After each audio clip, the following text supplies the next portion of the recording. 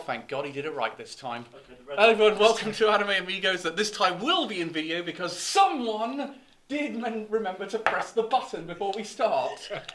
I'm Calvin Atkinson, the Pokemon punk, and is someone slowly dying inside? That's something you say every episode. Yep, and I'm Reese, the Gundam Guru. Somehow I'm still here after all this time. And I'm Reddick Bromley, the JoJo Genius. You were going to say Tits then. Tits McGee. I'm Tits McGee. And I'm Elliot, the King's Game Commander. Wait a minute, why have I changed my name for today and only today and not another day but today? Because, ladies and gentlemen, it's motherfucking Kingsmas!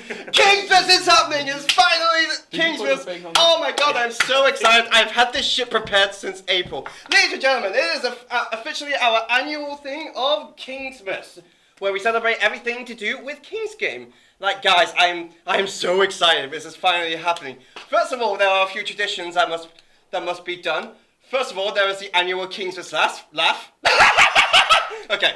Afterwards, we now must sing the Kingsmas Carol. That's why we have a. That's why we have a record, Elliot. That's why we have a Kingsmas Carol. There's only one that exists. There's only one MP3 file. I have it right here on my phone. So let's listen to it and embrace the Kingsmas Carol. Everything was ready for the night's ritual. So the hedgehog got on hands and knees. You put a lot forward to While this. Ivy from Soul Calibur 2 attached the strap on. Okay, wrong file. Anyway. However, that's not the main thing that happens. The main thing is, of course, the Kingsmas Challenge, where we pit these three boys against one another to compete on who is the biggest fan of King's Game. However, that's not all. We've expanded since last time. That's right. I've actually done my job properly. So not only will this time will they be battling for whatever is inside the Sainsbury's bag of mysteries, but they will also be competing to see whoever dons the Kingsmas crown. I thought that's better than the belt I brought. That's right. That's right, ladies and gentlemen. The Kingsmas crown. To see who will be crowned the King of King's Game. Can I wear it for this one because I won it last year? No. However, there's one more prerequisite. You see, what happens, guys, when someone loses that King's Game? You better not lose. Get punished. So, ladies and gentlemen, not only will these three be battling to see whoever wins the Saints Creek Bag of Mysteries and dons the Kingsmas crown, but they will also be battling to try and avoid the co-op bag of horrors. Oh no! Please don't. So, ladies and gentlemen, Please don't let's be get another into this. cocktail. I would say the challenge, however, it's already been kindly given to them. Last episode. First. That's right. I totally gave it to them last episode. I did Oh not my. fuck it up. Don't look it back. I am very annoying. So here is the challenge that was given. That was happily delivered to us by Studio 7 themselves. So, Who have way too much time on their hands, as it turns let's out. just hear what the challenge was. Dear Anime Amigos, we at Studio 7 are here to offer you the opportunity of a lifetime. King's Game Season 2 is currently in production and is planned for a winter 2023 release. We know you are very excited for the sequel, which is why we want you to design one of the games that the main character, Kaito Nakamura, and his classmates must complete in order to survive. Now, here's what you should know about the game you will be creating. It takes place around midday on school campus. There are 11 students remaining. The game must lead to the deaths of 3 students, no more, no less, and the game must involve scissors, but not paper. Now you can do whatever you want with this. Go wild and let your imagination run free. But that being said, though, we do have some rules that we would like you to follow to make the game feel more like it's part of the same anime. Rule number 1, the game must not be for the students to kill one another or take their own lives. You want the game to feel like every player has a chance to survive, but happenstance leads to the student's death. Deaths cannot be forced. Number 2, all deaths must be because the participants lost in the game. No deaths can come from murder, suicide, or accident. No outside force can result in the player's death. Rule number 3, the challenge must be one that can be realistically played. While we admit King's Game is a rather outlandish concept, each of the games are in some way grounded in reality. The challenge must be something that can be done in real life. That being said, though, feel free to make it difficult. This is one of the endgame challenges after all. And 4, no copying from any other games that were in the previous King's Games. This will be an anime original story, so we don't want to be criticized for copying the challenges from any other King's Game light novels or, heaven forbid, the anime. Therefore, we ask that you make your challenge as unique as possible.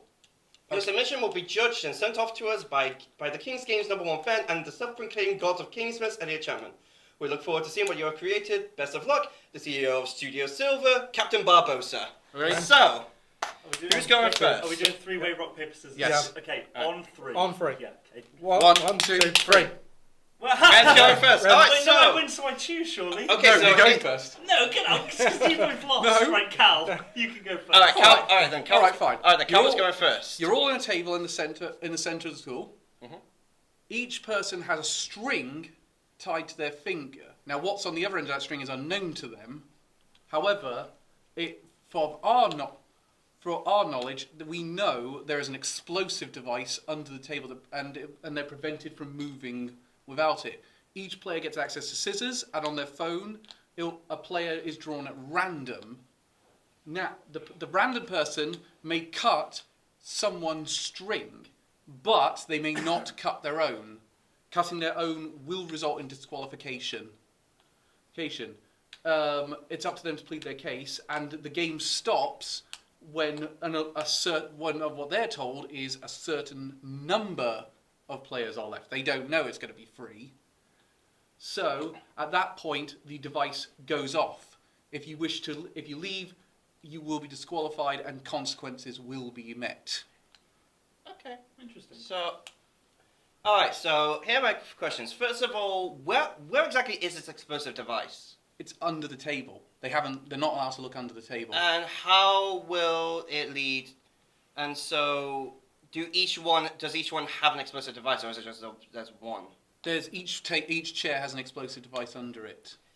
Okay, and I'm guessing the explosion is just big enough to kill the student. Kill the student, not kill the entire table. We've designed it so they're just sat far enough apart from one another. Okay, and so explain again how the strings work. The strings are tied to the table. They go under and are then attached to the chair's explosive device. When the string is cut, it's all safe. It's safe. It's safely done, and it won't cause an explosion. If they try to run away, it will tug on the thing, which will cause an explosion. Right, but how do the strings cause the explosion? Because they're attached to the device. The device has a movement sensor. So they have. Wait, I'm confused. I'm sorry, I'm just confused. So what you're saying? Oh, just give me the punishment already. I've clearly fucked up. It's an interesting concept. Yeah, It is an interesting better concept. I'm than just confused as to how this. So wait, if you move at all when the person's cutting. That could cause an explosion if you trick the device. You have to try and keep them as still as possible. #drama. That would just be easy though. Like if they knew that was just the case, they would just stay still. It would not result in. Except they know that as soon as the limit is reached, all of them go off. So they've got to get out of it as fast as possible. I'm sorry, but that technically counts as forcing the deaths. Oh, does it? Oh, maybe, yeah. Because it, as I said, it needs there to be a chance. It needs to feel like all players can survive. Can in some way survive. Happenstance just leads to them dying. However, if you notice in a lot of the other ones, they do still have a chance of surviving. Yes, some of them do ultimately result in guaranteeing someone get punished. However, they don't know the limit could be 0, and and no one has to die. For all they know. We'll see. I'm sorry, it does feel a bit like you're forcing the deaths there. I tried to get out of that one. It failed miserably. No, it's a good explanation. It is good. Personally, this is what I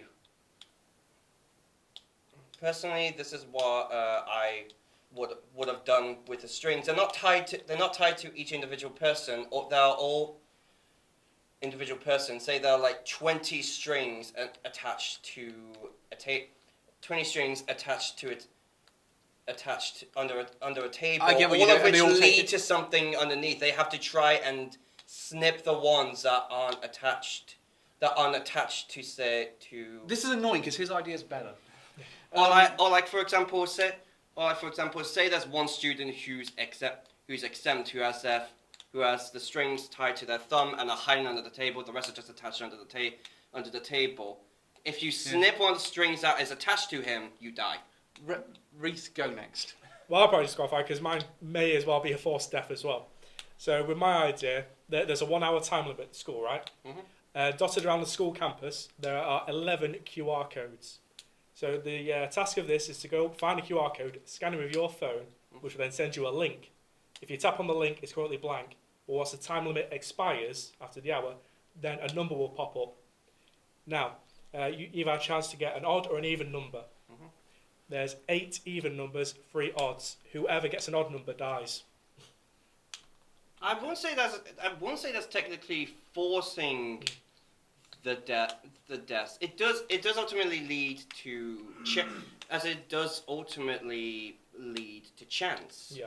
Really, and also there's no guarantee. I'm guessing there is a chance that someone won't find the QR codes. Yeah, and also to back up Reese on this one, because I kind of wanted to win now after that.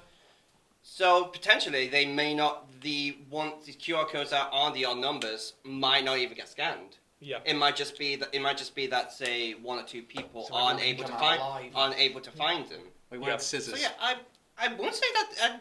I won't say that's forcing the deaths really. Really? Because if everyone picks the even, then the other 3 are guaranteed to die. Is that not forcing a death, though? Not technically, no, because that doesn't necessarily going to happen. Not really. Also, not really.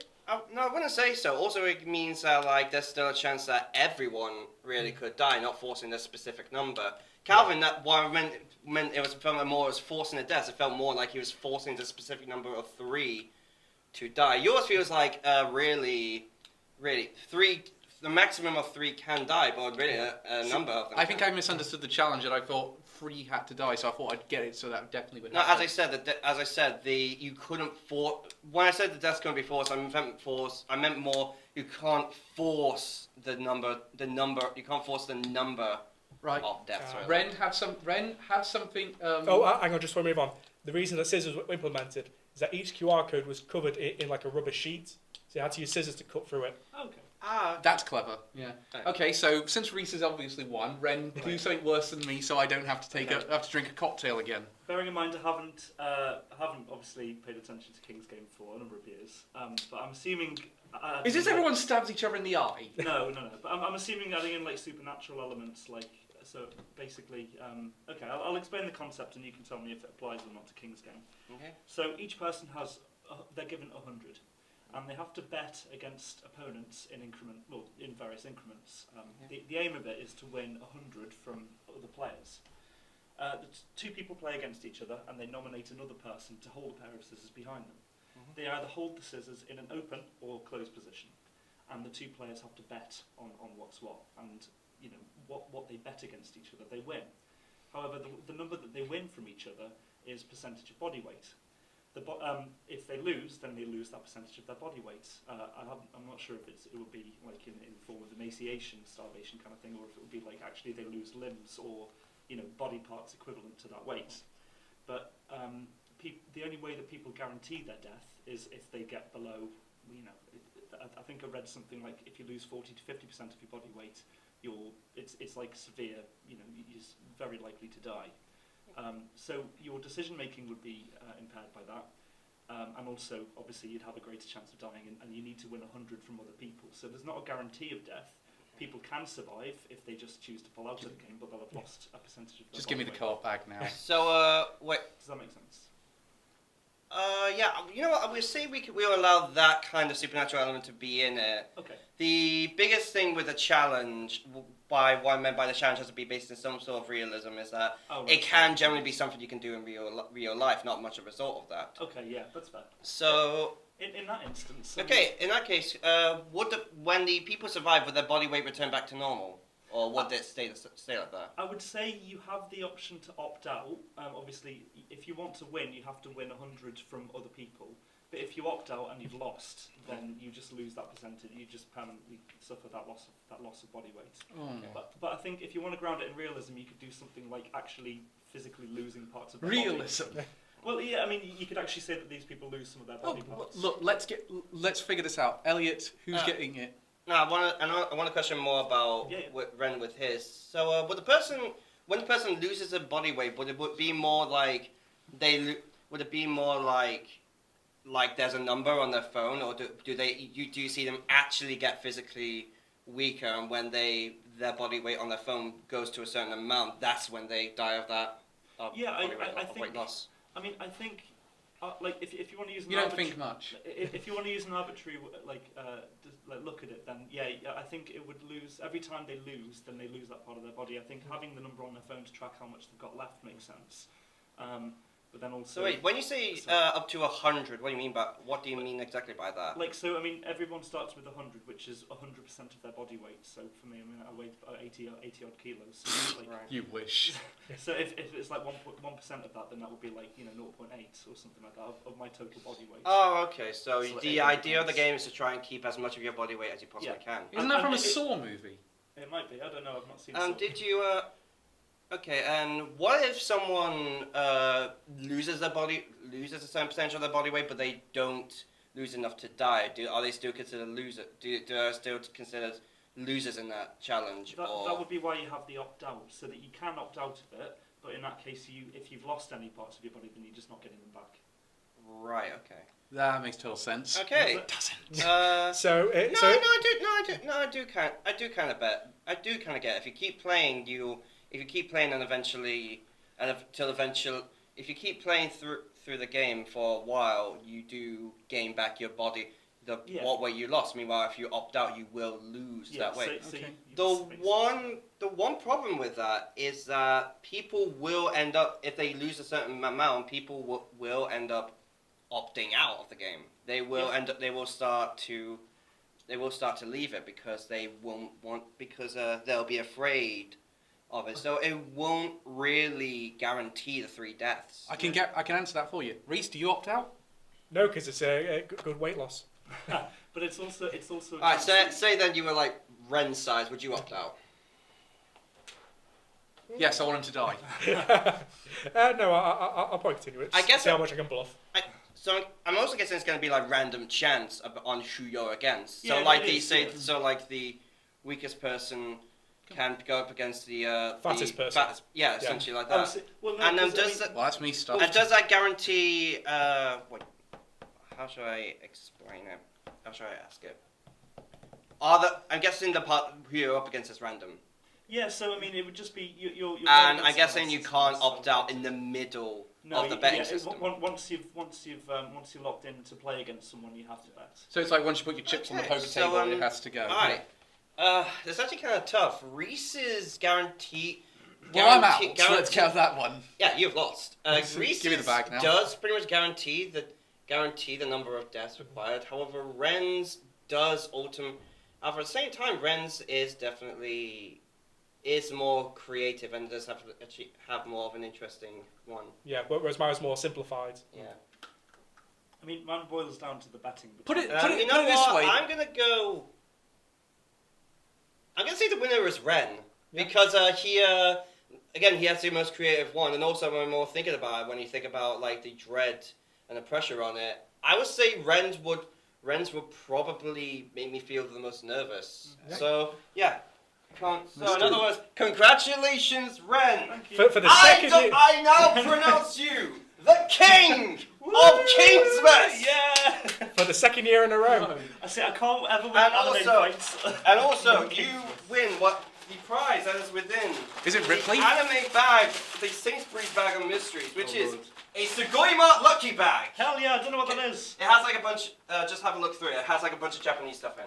Oh, like, you lucky bastard! Like there's snacks, plushies, manga, things like that. Oh hell yeah! Ooh. Give me the bag. As for you two,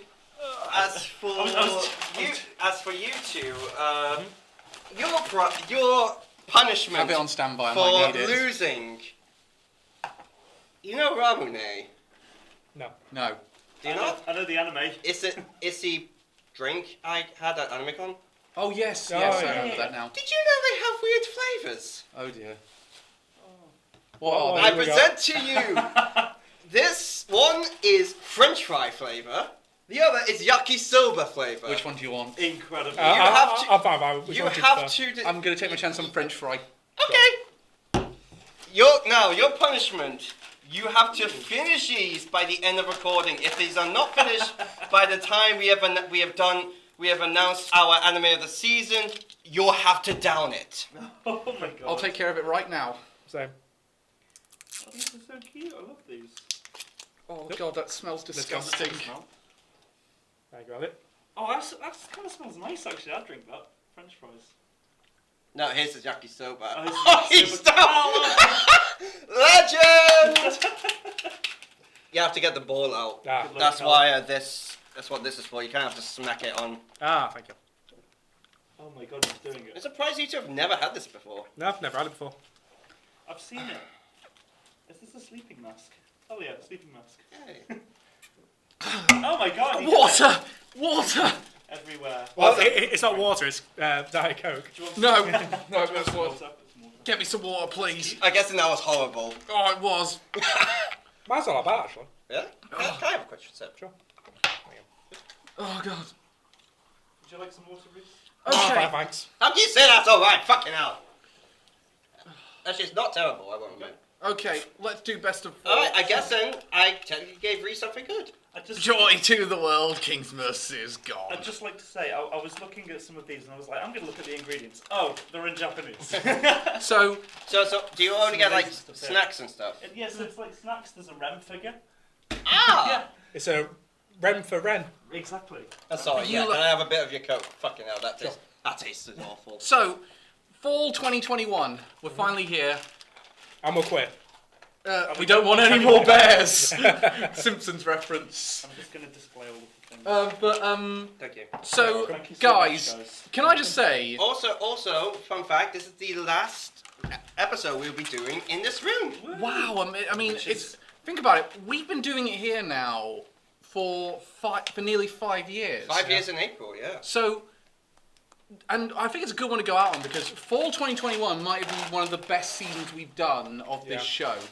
It has been Yeah. amazing. It has been really good. I say I probably preferred spring a little more, but yeah, this is definitely a close second. Guys, can we say? I know I'm not meant. You're running the 5-year anniversary stream, Elliot. Can we have a thing in it where we say what was the best season we did of when we in the 5 years? Oh, trust me, I'm planning on doing a few things like that. Knights and Magic. Nah. Yeah, for those of you who, I don't think we actually mentioned this, but April is our 5-year anniversary, so I'm setting up a 5-year anniversary stream for us. Ooh. I'm going to discuss it with these guys afterwards. I'm not going to be saying anything online, mostly because I'm not on Twitter anymore. But I'll be promoting it through Twitter, so Yeah. don't worry. But I think the reason do you know what? In all honesty, best original this season was so hard. Yeah. I literally decided it this morning. Wow. honestly, for me, Yeah. honestly for me, top 3 wasn't that bad. It was all the others that were really No, difficult. top 3. I went back and forth on them. And I'll be honest, there are so many I want to give points to. There's so many I want to say. This is one of the best things I've seen all season, but I just can't. Do you know what It's so upsetting. Do you know one of the there's a few anime that I watched almost the entirety of, and they don't get any points off me. Wow. Oh, wow. So you'll know a couple of them as we go along. And also, there's only one entry I have for biggest disappointment.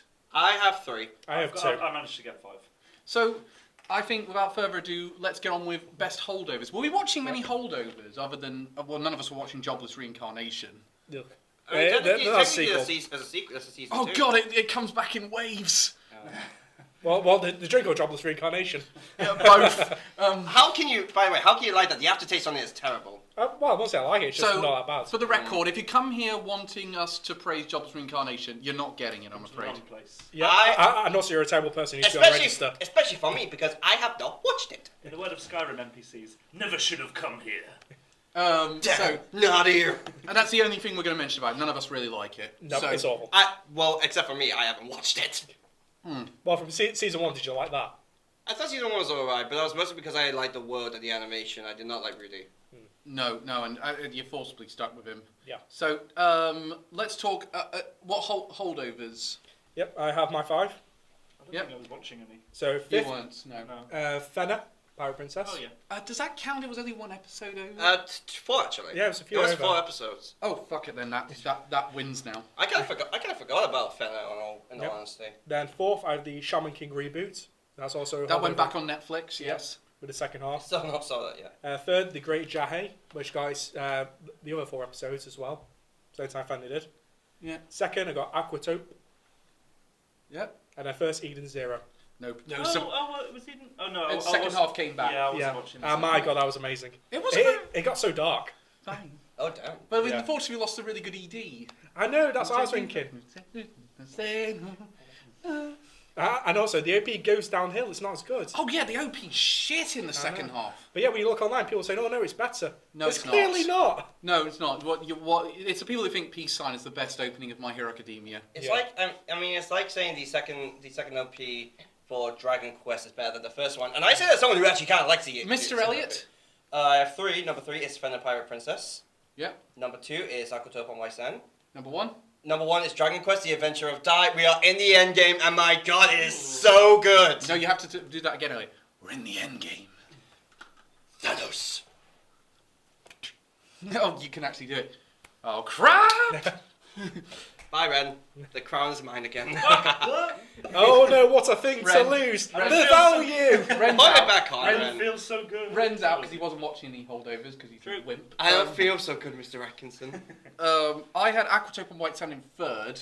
I'm surprised. Third. Yeah. Seriously, I think the second half goes downhill. They don't stick the landing. I mean, I like the second half. I like it, but I mean, yeah, it's not. I think it's just because it doesn't have as many stakes as the first I'll one. go a had. little bit more into my thoughts It's on the- Aquatope in a minute. Yeah. But Eden Zero in second, and Fenner Pirate Princess, which, contrary to the internet's opinion, I think the ending's really good. I think the ending's great. Yeah, it's solid. Honestly, I was looking into all those really crap, this is why the ending sucks things, and I was like... I remember you sharing one, and my main thought was, oh, fuck off! No, the one I shared to you, I said, in order to have the ending you wanted, you have to rewrite most of the show. The ending works because of the way the Yeah. show's written. I mean, with that one, my one thought is just, you just had one idea that the anime was going in, and would not refuse to stop that idea. Yeah, in other words, you suck, my anime network! So, actually, Reese, before we get to your one, Yes. what do you think? Because you didn't watch the ending, presumably. Nope. What do you guys think of Fenner Pirate Princess? Yeah, Now it's I done? thought it was good. As a whole, yeah, very damn good. I would not go as far as to say it's one of my wild cards, but it's definitely gone up as one of my favorites last year. I will say it might be. Really? Oh. I could do it by the end of today. I don't know Oh. yet. I've not decided. Honestly, my wild cards are going to be so last minute. It's unbelievable. I have it written down as one of my options. I have 3 wild cards, but I have a potential 4th in case. Yeah, no, I've got 6 written down. Wow, Oh, hell. damn! I've got 3. Yeah, I've got like 3 potentials depending on what happens today. With JoJo's. Don't stop beating. I stop don't think we'll be having JoJo as a wild card, In that sadly. case, 4. Yeah. I mean, it's up to you, mate. We can't Yeah. stop Well, you. the but... thing is that we wouldn't have any. We'd be going on the 12 episodes that presumably we. I mean, Well, it's going to be a 39 probably. No, but I mean. Oh no, I've watched all of them. Yeah, so we'd only have the 12 episodes Yeah. to discuss before. Yeah, the January, point so is- it's- We're going to sound out so much more about Stone Ocean. Yeah. Reese, Eden Zero, I really liked the second half of it. Yeah. I thought it was really good because it goes to the whole concept of family isn't blood, it's who you find. Oh, nice. And the whole idea of adopted family. Oh God, the Insert Fast and Furious family meme. oh God, the poor android that got taken advantage of to make a Yeah. weapon of mass destruction. Yeah. Oh, that was so heartbreaking. Sounds a lot like Emil from Nier Replicant. It's very Very much similar. very similar. It's basically she believes that all these people are her friends and are all close, and they actually build it up, and it turns out she's just been manipulated, and they actually hate her in reality. Yeah. Oh, that's so much worse. Yep. And it turns out they use it to create a weapon to basically commit genocide. Oh. Yeah. And it breaks her, I haven't Completely. so she goes and hides in Final Fantasy I 14. haven't Yeah. seen that show yet, but I want to give it Oh, a you need to hug. watch it. Well, you might do because Yeah. knowing Reese, he might be picking it in a minute. In a minute, 2 hours from now. Aquatope on White Sand. I did enjoy it. I did enjoy where it was going. I feel like it wasn't as good as the first half because there weren't any stakes. Yeah. I will say There wasn't really any end goal. there was no end goal, and there wasn't as much going on in it. Yeah. Though you do kind of like how it's sort of Kukuru trying to get into terms with going into marketing and sort of trying to make herself better at the job, even if she doesn't like it. And I did like the wedding they had at the end. That Yeah. was pretty cool. But here's weird though. They ended on another time skip again. Seriously, stop doing that. The weird thing is, I'm comparing this with the other two shows this team has done. They've done Lull in the Sea and they've done Iraduku. And I would say Lull in the Sea is the only one of those three that sticks the landing. Yeah. In the they all have weaker second halves, but it's Lull in the Sea at least sticks the landing. Fuck me, Iraduku just bombs in its second half. Yeah. I don't think you would say that Aquatoko is quite that bad. No, but No. it's the middle in those three. I think Lull in the Sea is the best one of those three. I don't know. Have you guys seen Lull in the Sea yet? I've seen I think I saw it was a long time I saw ago. a few episodes. I haven't seen it. It's funny because I think you were saying like last season that Aquatoko would have been a potential could be a potential wild card. Now with the second half, I don't think it is. No, it's not. I took it off the list. But it's It's definitely getting an honorable mention at the end of the year, though. Yes, I think Yeah. so. It deserves that. Right, let's get to some points because we've got to get some time going. So OPs, I've gone into honourable mentions for the first Yeah. time ever because of this. OPs were really damn strong, good. Really strong. Okay, so Reese, without further ado, give us your list. So honourable mentions first. 10th, I got Platinum End. 9th, I got the new Demon Slayer OP, the second one. Is that the Mugen Train arc? No, it's the one after. Entertainment District arc. I'm Yeah, waiting. entertainment. I'm waiting until the dub comes out to watch that. Right. 8th, I went with Blue Period. This is the honourable mentions, Cal. 7th, More for Love, Alternative. 6th, Eden Zero. Because it's a holdover, it couldn't get points anyway, so I put honourable mention. 5th, I went Amame. Oh shit! I knew you were going to give that some points. 4th, I went with Tact, OP Destiny. Okay. T. I didn't like that one. Really? Yeah. 3rd, I went 86, Season 2, They put it on the list for you. of course. 2nd, I went with Komi Can't Communicate. Ooh. Yep. First, I went with JoJo's. Yeah, you went. That's such a good OP! It's so good, isn't it? You I don't love stop Beating, beating, don't don't stop stop beating, beating, don't stop beating away. it. So good. Alright, for me, number 10 is Bill Divide Code Black. I actually quite like that It's OP. sick. It's Yeah. pretty sick, yeah. Too bad the show's crap. Yep. Hey, I actually like the show. It's not bad. I actually like it. Number 9 is Platinum End. Oh, I thought that was going to be your number one. No. Number 8 is the world's finest assassin gets reincarnated into another world. I forgot about that show completely. That OP was actually pretty dope. Yeah, but I dropped that show. Same. Number 7 is My Senpai is Annoying. No, that's a good OP. Number 6 is Komi Can't Communicate. No? Oh, bloody hell. Number 5, one surprise you didn't even give an honorable mention to, Digimon Ghost Game. I know. I can have so many honorable mentions. Yes. Yeah, true. Number 4 is Sakugan. Yeah. No matter what you say. Who I thought was the same people behind Eccentric Family, but it turns out they're not. Number 3 was A Main Warrior at the Borderline. That was a really good one. Yep. I'm so sorry, Ren. Number 2 is JoJo's Bizarre It's Adventure quite Stone solid, Ocean. don't worry. And number 1 is The Vampire Dies in No Time. Whoa! I love that Yeah, OP. it's It was super good, seriously super good. Hang on a second. Can't type it in. I forgot all about the Vampire Dies in How No Time. dare you? That show is great. I'm going to make you add a couple of others as well, Cal. Oh no, don't, please, just pick something else. Also, probably my hottest take for the entirety of this podcast, of this episode. So, first of all, honourable mentions, 10, Tactop.Destiny, number 9, Muta King, number 8, Platinum End, number 7, Selection Project, number 6, Vampire Dies in No Time. I felt completely forgot about Selection Project. Yeah. I only watched the first episode of it. I completely forgot It about wasn't it. that good, but the OP was decent. Next. Number 5 was Digimon Ghost Game. No point for that. Number 4, Ranking of Kings. Oh, that only just missed off on mine. Number 3, Demon Slayer Season 2. Good choice. Number 2 is JoJo's. Oh my god! I know. Oh. Betrayal. Hot take. This is the hot take.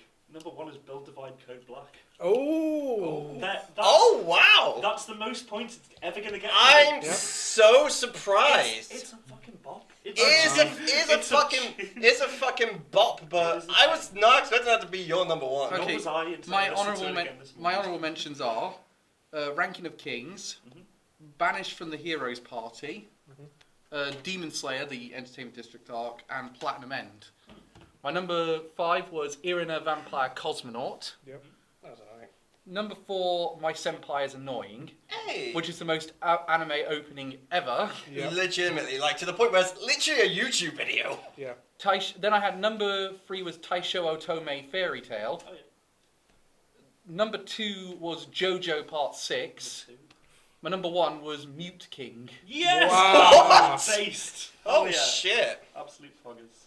Right, let's go over this list. JoJo takes an early lead quite quickly. I am so surprised that Reese was the only one who picked that. Yeah, I Like, actually even thought it was okay. Red, It I'm was, surprised. it was number 2 for 2 of us. To I'm be fair. surprised. So surprised it was not your number one. How would you say it compares with other JoJo OPs? Well, it's nice to see the 3D animation back again. Yeah. Because 4 and 5 didn't have that. But I love it. I think it's ace. I can't wait to see what they do with the villain stand. Would you say it's the best JoJo OP? No. I would say Sonochino Sadame, Yeah, definitely. Sonochino Part Sadame one. or number 3. Honestly, my favorite is the one for part 2. Oh, bloody Street's an amazing one. Yeah, you don't like that one. That's one of your least favourites. No, I would say not now that I've actually properly got into it. I'd say it's lower on the list, but my least favourite is the second one for part 4. Yeah, I don't think yeah. I've listened to some of the part. I've listened to the part 4 ones. Those aren't very great. I know I like Crazy Noisy Bizarre Town. Yeah, that one's great. And I really like Breakdown. Especially when they do it to the villain version. Yeah, oh god, yeah. I would Well, just like to say, I'm so pleased that we've all now watched JoJo for one fucking anime Amigos, and it's the last one in this. Well, Ren, since we watched JoJo, she needs to watch Gundam now. Yeah, Also- and also Cowboy Bebop. Yeah, I'll say I won't count this for you watching Cowboy Bebop. I'll say if you want me to watch the rest of JoJo, you have to watch that's I Cowboy like the Bebop. fact they also did a sound effects one at the end of last this episode, one. Yeah. I'm not a big fan of the ones where they add in the sound effects because I prefer to just be jamming out to the music rather than hearing the sound effects in. Although we definitely discovered from that Araki has definitely discovered Spider-Man at this point. Yeah. We're going to obviously talk a bit more about JoJo as we go on because it definitely played a factor in all of our picks. Yeah. I'm so surprised I was the only one who ranked The Vampire Dies in No Time this high. It's all right. I really do like the OP. I thought it was fantastic. I just love how catchy it was. I loved that most of it was just Ronaldo and Dralic just dancing. I like the change from in the last 20 seconds to pretty much a completely different song. Yeah. It's just really good. And it still works. It's just a really good OP. It was slightly pushed out by Ghost Game for me, unfortunately. Do you know the one that I think everyone's surprised we haven't, which only got 1 point? Coney-chan Can't Communicate. Yeah, which was off me. It was so. Honestly, it was so close to. Yeah, I actually enjoyed it. I thought the whole animation was just great. Oh, the animation was beautiful. Yeah. I'm so gutted it was not able to make it up there. So, what was your top one again, Ren? Mine, Build a White. Yeah. Wow, that was a bad. I think the OP's all right, but No, I really like the It's OP. a really I fucking thought good the OP. OP was really good. It is really good. um, It fits the show well as well. I was trying to balance it because obviously I want to give JoJo's points, but I actually think that that's just a better song. I Even if it's a worse show. incidentally the two that there's a bunch that got only 1 point. One that I was a bit surprised. The only one I'm surprised by because I knew I was the only one who's going to go back to back for Taisho Tome Fairy Tale. Yeah. The two that I'm a bit surprised by, Irina Vampire Cosmo, I'm a little less surprised because I don't know what you guys think of that show, but No, I do really enjoy it. but the one I'm really surprised is Ranking of Kings because that's topping a lot of these lists of best OPs of the season. It is good. It only just missed out. It's catchy. I wouldn't say it's my favorite. It's Yeah. my favourite. Yeah. No, I only put it 4 because it's got the The animation is cute at least. yeah. We're going to obviously talk about it a bit. Let's go to EDs now. Let's actually get some point This was separation. hard for me. I had to scrape Yeah. them together. Oh, I only managed to get. Oh no, I did get 5 in the end. Yeah, I managed to get my full 10. Okay, your lottery. I got 10. So, honorable mentions, I'm over Yashahime Season 2 ED. AKA you're the pretty much the only person who actually watched that show. Yep. And also everyone online, because apparently she's, everyone's fan favourite. Really? Yeah. Oh. 9th, I went Platinum Ends. 8th, I went Banished from the Heroes Oh, Party. it doesn't have a point. So honorable mentions, Cal. 7th, I went Blue Period. 6th, I went Mother Love Alternative. 5th, I went Tact OP Destiny. You have 2 5s on yours. I know, because I didn't put 6 down when I was doing the list. It goes from 5 to 7. It's, Next! There's still 10. 4th, I went Amaim. Hang on, what was the 5th? Tact OP Destiny. Half-Hours Krieg OP. Yeah. AD mean. 4th, Amaim. Yep. 3rd, Digimon Ghost Game. Yep. 2nd, Komi Can't Communicate. Yep. And 1st, Gundam Breaker Battlelog. Of course. It's such a banger of an ED I though. haven't heard it. I wish It's I had. so good. Next. number 10 is Miyuko-chan. Number 9 is My Senpai is Annoying. Number 8 is Arena Vampire Cosmonaut.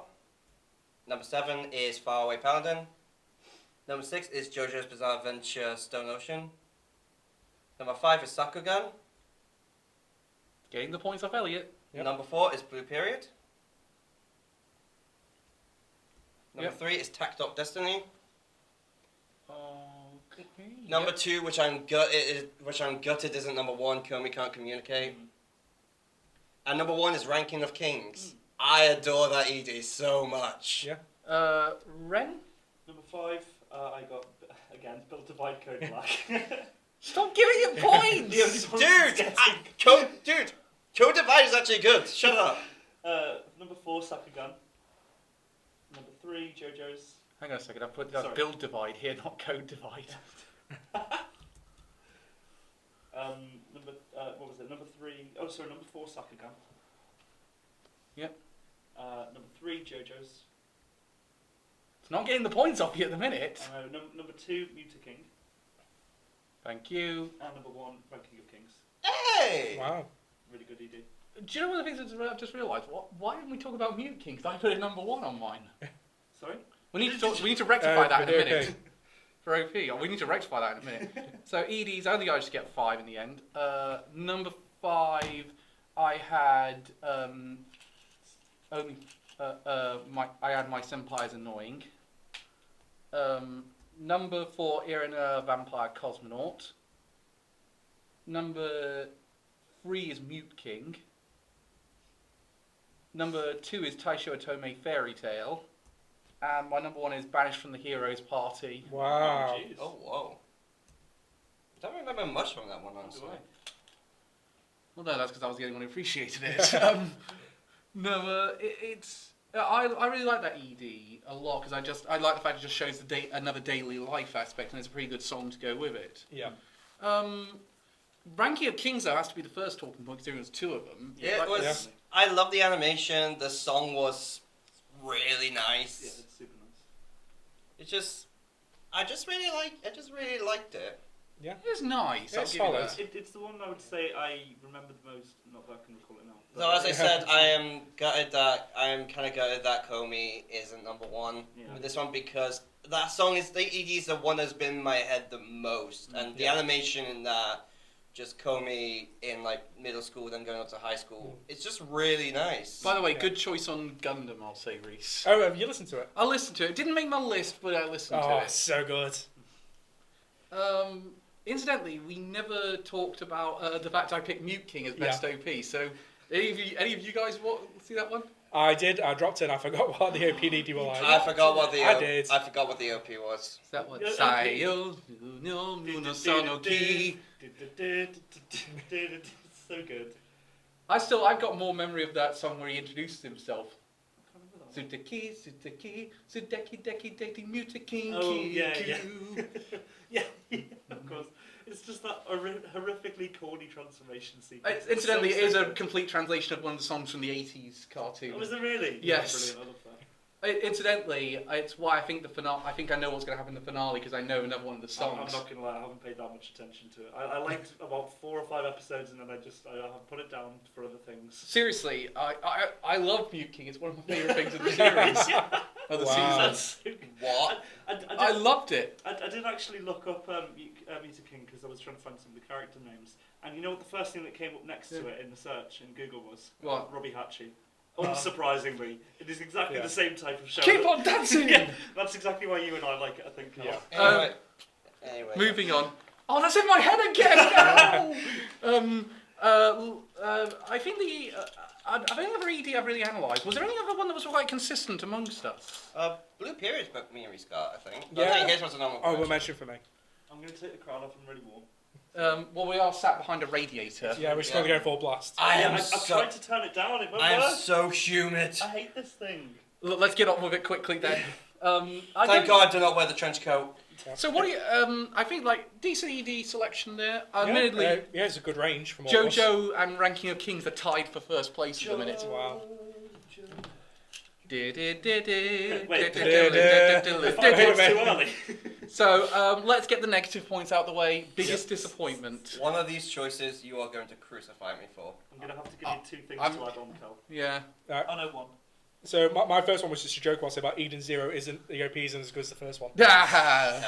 Second, Gundam Breaker Battlelog.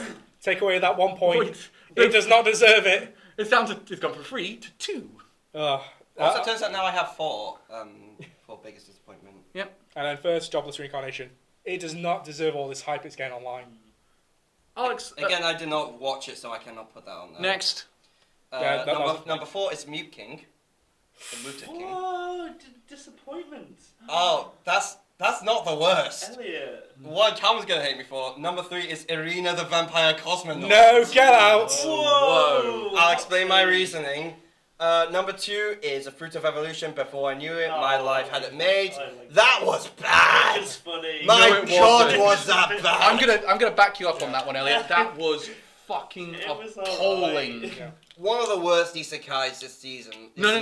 This year, my God. Yeah, no, it was terrible. And number 1 is The Night Beyond the Tri-Cornered Window. Ah, yes. A very rough story with creepy gay vibes. Yeah. Not that gay vibes were creepy, but these ones were creepy. So it's like it's quite malicious in. Are you talking about creepy Kind in the of, sense more- of supernatural? Or? No, not in the sense of supernatural. Screw So that show. it's one of those. It uses yaoi to create like to justify sexual harassment type thing. No, It's not very sexual. I wouldn't say it's sexual harassment, but there's very, very sort of undertones of that, and it's not comfortable. No. So it's like undertones of stuff that's not very comfortable, rather opposed. Yeah. I'm trying to get you out of being tortured online for being homophobic here. Yeah. I'm not just. I'll talk about this as well. Hey, trust me. Trust me. I praised the living hell out of Given when that came out. I think I'm safe. Yeah, and Ren's bi, so we're fine. Yeah, Also, this show's just terrible in general. Yeah, I'll talk about it as well because I've got something to say. Okay. Number 5 for me is also Night Under the Tricorn Window. It's a -1 to that. It's competing with Fruit of Evolution at the minute for bottom. Number 4, Visual Prison, which you're gonna have to decide. For fuck's sake! I don't even remember that one. Neither do I. Oh, I think I mentioned about it. It was like, what's Guilty Cross? And then you mentioned about it. Oh, that one. I'll talk about it. Next. Number 3, Pura Ore, which was the girl hockey one. Oh, that one. I knew you mentioned it, so I put it on just in case. I watched the first episode of it. Thought this is actually pretty good. I don't know why it's getting hate, and then I just forgot about it. Yeah, Next. number 2, sorry guys, Platinum End. Oh yeah, fuck you. Okay. I'll talk about it, but you guys are gonna give it points. As I said on stream, I think the main reason why it's gotten hate is because people have really hyped it up because it's made by Tsugumi Oba and Takeshi Obata. Yeah. Next. -3 to Miruko-chan. Didn't like it. It gets better the more you go into it. I didn't want to watch it. It does get it. I was saying that it's not bad.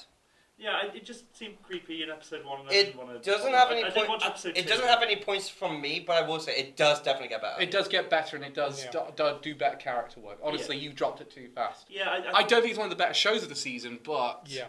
it does get better. Yeah. So I only had one, and it is Fruits of Evolution. Thank you. God damn it. Because this show set itself up for this could be actually something really cool. We're gonna have a very different sort of isekai protagonist. No.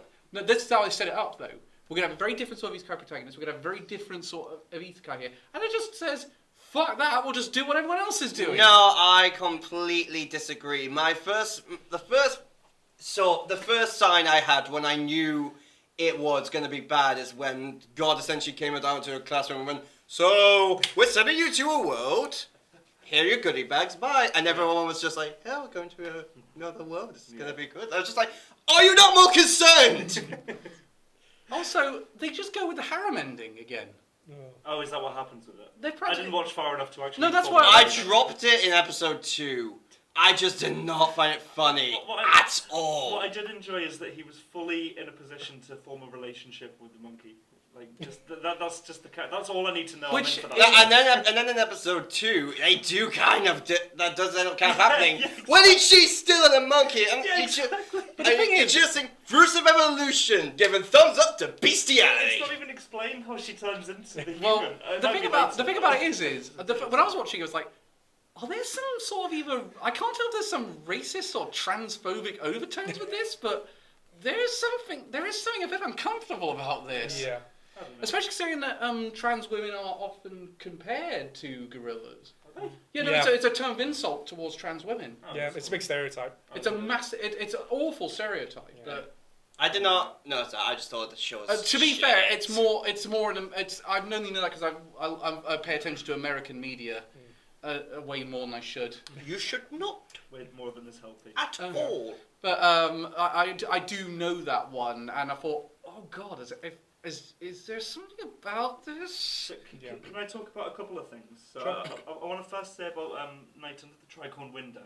Yeah. If you thought that Kimiko?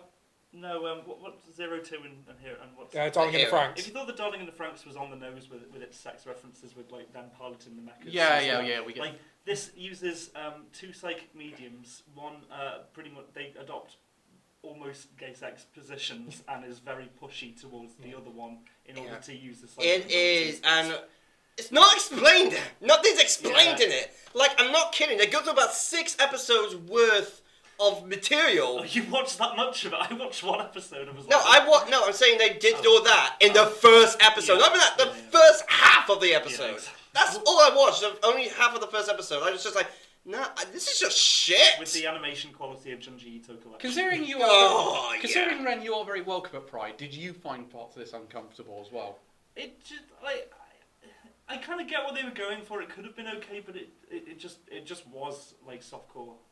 Would you say it's uncomfortable though? Yeah, I'd say so. Yeah. Yeah.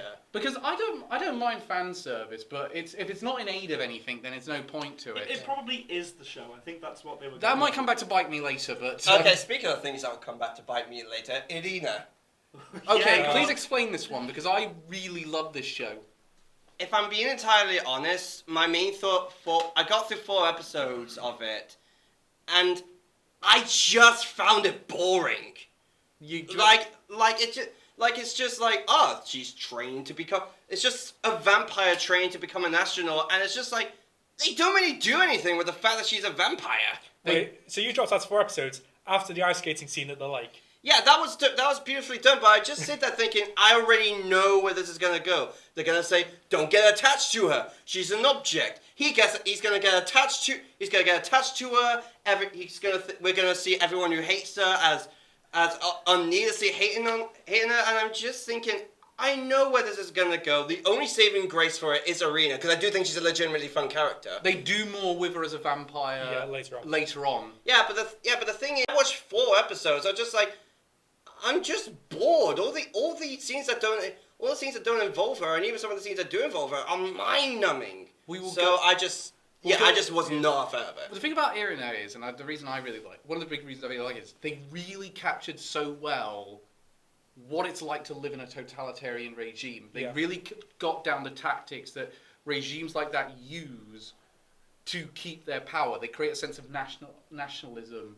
They basically don't put you on trial for the crimes the crimes that they put you on trial for.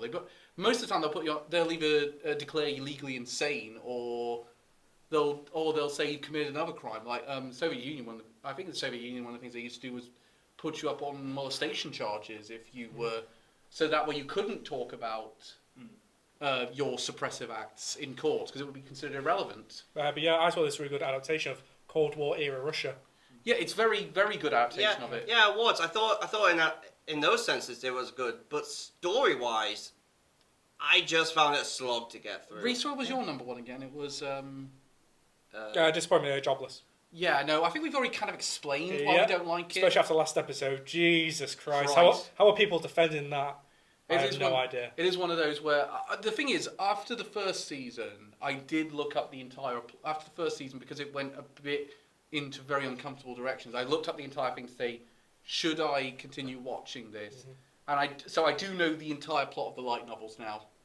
As the light novel's finished, or are they still going? They're finished. Okay. But put it this way, we're past the worst of it. No. It gets better from this point on. It shouldn't But have had to get. I was to a just going to point say where that. Yeah, because that's we've had 2 seasons of Yeah, it now. I'm gonna say the only reason I do defend the first season, but that's mostly because I really like the world and I love the animation. I think a lot of the characters are good and fun. I really don't like Rudy. No. I do not defend Rudy in any way. The weird thing is, from what I've read about this, he gets both better and worse in this segment, which is weird. I don't understand. But the point I'm making on this one is, the one thing I don't like about the Discord online about this show is that I read the tweet that said people can't handle raw things like slavery and sex and all that bit. So I'm like, no, I can handle it, but I want it to be done in a more constructive way, and I want it to be in a sense of where it's not uncomfortable. It's in a constructive way, and it's not. And some of the things that should not be framed like a good thing are framed like a good thing. I mean, to compare it to another show, which I know some of us don't like, but I actually think is alright, the World's Finest Assassin. They actually explored that, because one of the main characters, Maha, and her friends were like captured by essentially sex traffickers, who forced them to do that, and it did make you feel uncomfortable. But I think that was the idea of it. No. That in that instance, because I did get that far into the show, it was like, yes, but that is made to feel uncomfortable. You're made to feel like all the pain and the suffering. Yeah, hence why you feel so much better for her when Lou picks her up, when he saves her. Yeah, whereas compared to Jobless, it's all about grooming and everything. To be honest, on the assassin one, there was I can't remember, was that character that he picked up in the snow? Is that who you're referring to? No, that's Tart. That whole relationship was really off to me. Like, that one's weird. Yeah, that one was weird. Yeah, like I understand like that he pretty much saved their lives, but yeah, you do not have to do something like that. Sidebar: have you finished the thing yet? No, so a bit left. Okay. Let's. Yeah, remember you have to finish it before No. Caesar's picked. No, why do you want to talk about Platinum Ember? We're all going to praise it in a minute. Why are you going to bash it? Because I just want to say my points as to why I disliked it. Okay. About why you're wrong. That's fine. Well, no, fair enough if I'm wrong, but I just want to voice my thoughts Yeah. on it. I think like they tried to blend the battle royale aspects of things like Midnight Nikki with the supernatural thing that they have in Death Note. I think the reason the supernatural aspects of Death Note work so well with the Shinigami is that you saw them. There were only a couple of them. They were more special, and they were kind of seen almost infrequently and not by other characters. With this, the angels are so much of a focus of it. And if I was going to watch, if I wanted a good supernatural horror thriller, I would watch Death Note. And if I wanted to watch a good battle royale, I would watch Midnight Nikki. It feels like these two don't go well. No, I'm not going to really talk much about Platinum, so I'll explain now what one of the things that really made me enjoy it. First of all, I will admit the characters are kind of wet blankets, but at the same time they're meant to be. Right. They're not these badasses. They're essentially teenagers who wanted to die and were forced into this situation. Yeah. The other main character I really like about it, which is I don't know if it's an unpopular opinion or not, Metropoliman. I do think he's a complex enough villain. Now, here's the reason why I really like him. He is essentially like Yagami. Yeah. When you really look about it, with all the experimentations, with all the planning he does, and how ruthless he can be, he is pretty much this world's version of Light Yagami, which he used to have to fight, and that is terrifying. And also the fact is that he has a less selfish goal than Light does. Light's goals are entirely selfish. Metropolitan is not selfish in his actions. Yeah, and it's something you can understand, but they do have you acknowledge that just because he's sympathetic, that does not make what he does right. No, there's a big difference. One of my problems with modern sympathetic villains are they make them so sympathetic they actually have better motivations than the hero. Meanwhile, sympathetic, really? Yeah. Yeah. When you get into like the whole thing around why he's doing what he's doing. Yeah, he's a complete cock. All the things. Yeah, he does exactly. are That's sort of the objectively thing. That's the Even point. though he is sympathetic. He's not a sympathetic villain. He has sympathetic motivations. Oh, there's a big there's a big difference between Yeah. the two. wrong. Yeah. That's the problem I have with modern sympathetic villains. They make them so sympathetic. They actually have more motivations than the good guys. Yeah, Yeah. and I just think it's a generally, I just really like that. And at the same time, when people praise Sugumi Oba and Takeshi Obata's work, they normally go for Death Note. Personally, my first thought is Bakuman, which is a slice of life romance, and that's really good. Let's So- move on to biggest surprise. Yep. So I got 5 for this one. I got 5. I was got my 2. I got 5 for it. Reese, let's get yours. So second, I went Digimon Ghost Game. My God, that was amazing after that terrible reboot we had. Yeah, I'm so surprised. Breath of fresh air. Yeah. Yeah. And then JoJo's Part 6. Oh, wow. I was really surprised at how amazing it turned out, considering it's Netflix with anime. Yeah, I know. It feels like this is the one time they did. I mean, you say that, but they did a good job with Violet Evergarden. That was a while Yeah, it was a ago. while ago that. Yeah. Elliot. Okay, number 5 is Digimon Ghost Game. Again, with Reese, I was not expecting it to be quite that good. Number 4 is The Vampire Dies in No Time. By God, that was so funny. It's generally one of the funniest things I've seen all year. Number 3 was Build Divide Co Black. Yeah, I'm so surprised. Did not expect that to be that good. It's actually got me a little interested in the card game. Number 2 was Banished from the Heroes Party. I decided to live a quiet life in the countryside. Thank you. And number 1 is My Senpai is Annoying. Whoa. I was not expecting to love that nearly as much as I did. No. No, Annoying Sun Week. It is. That song is called Annoying Sun Week. Yeah. So number 5 for me. For the record, that the first week that came out, that OP was in my head for an entire week. Oh, Yeah, it's it's still so good. it's still in my head. Number 5 for me was Digimon Ghost Game.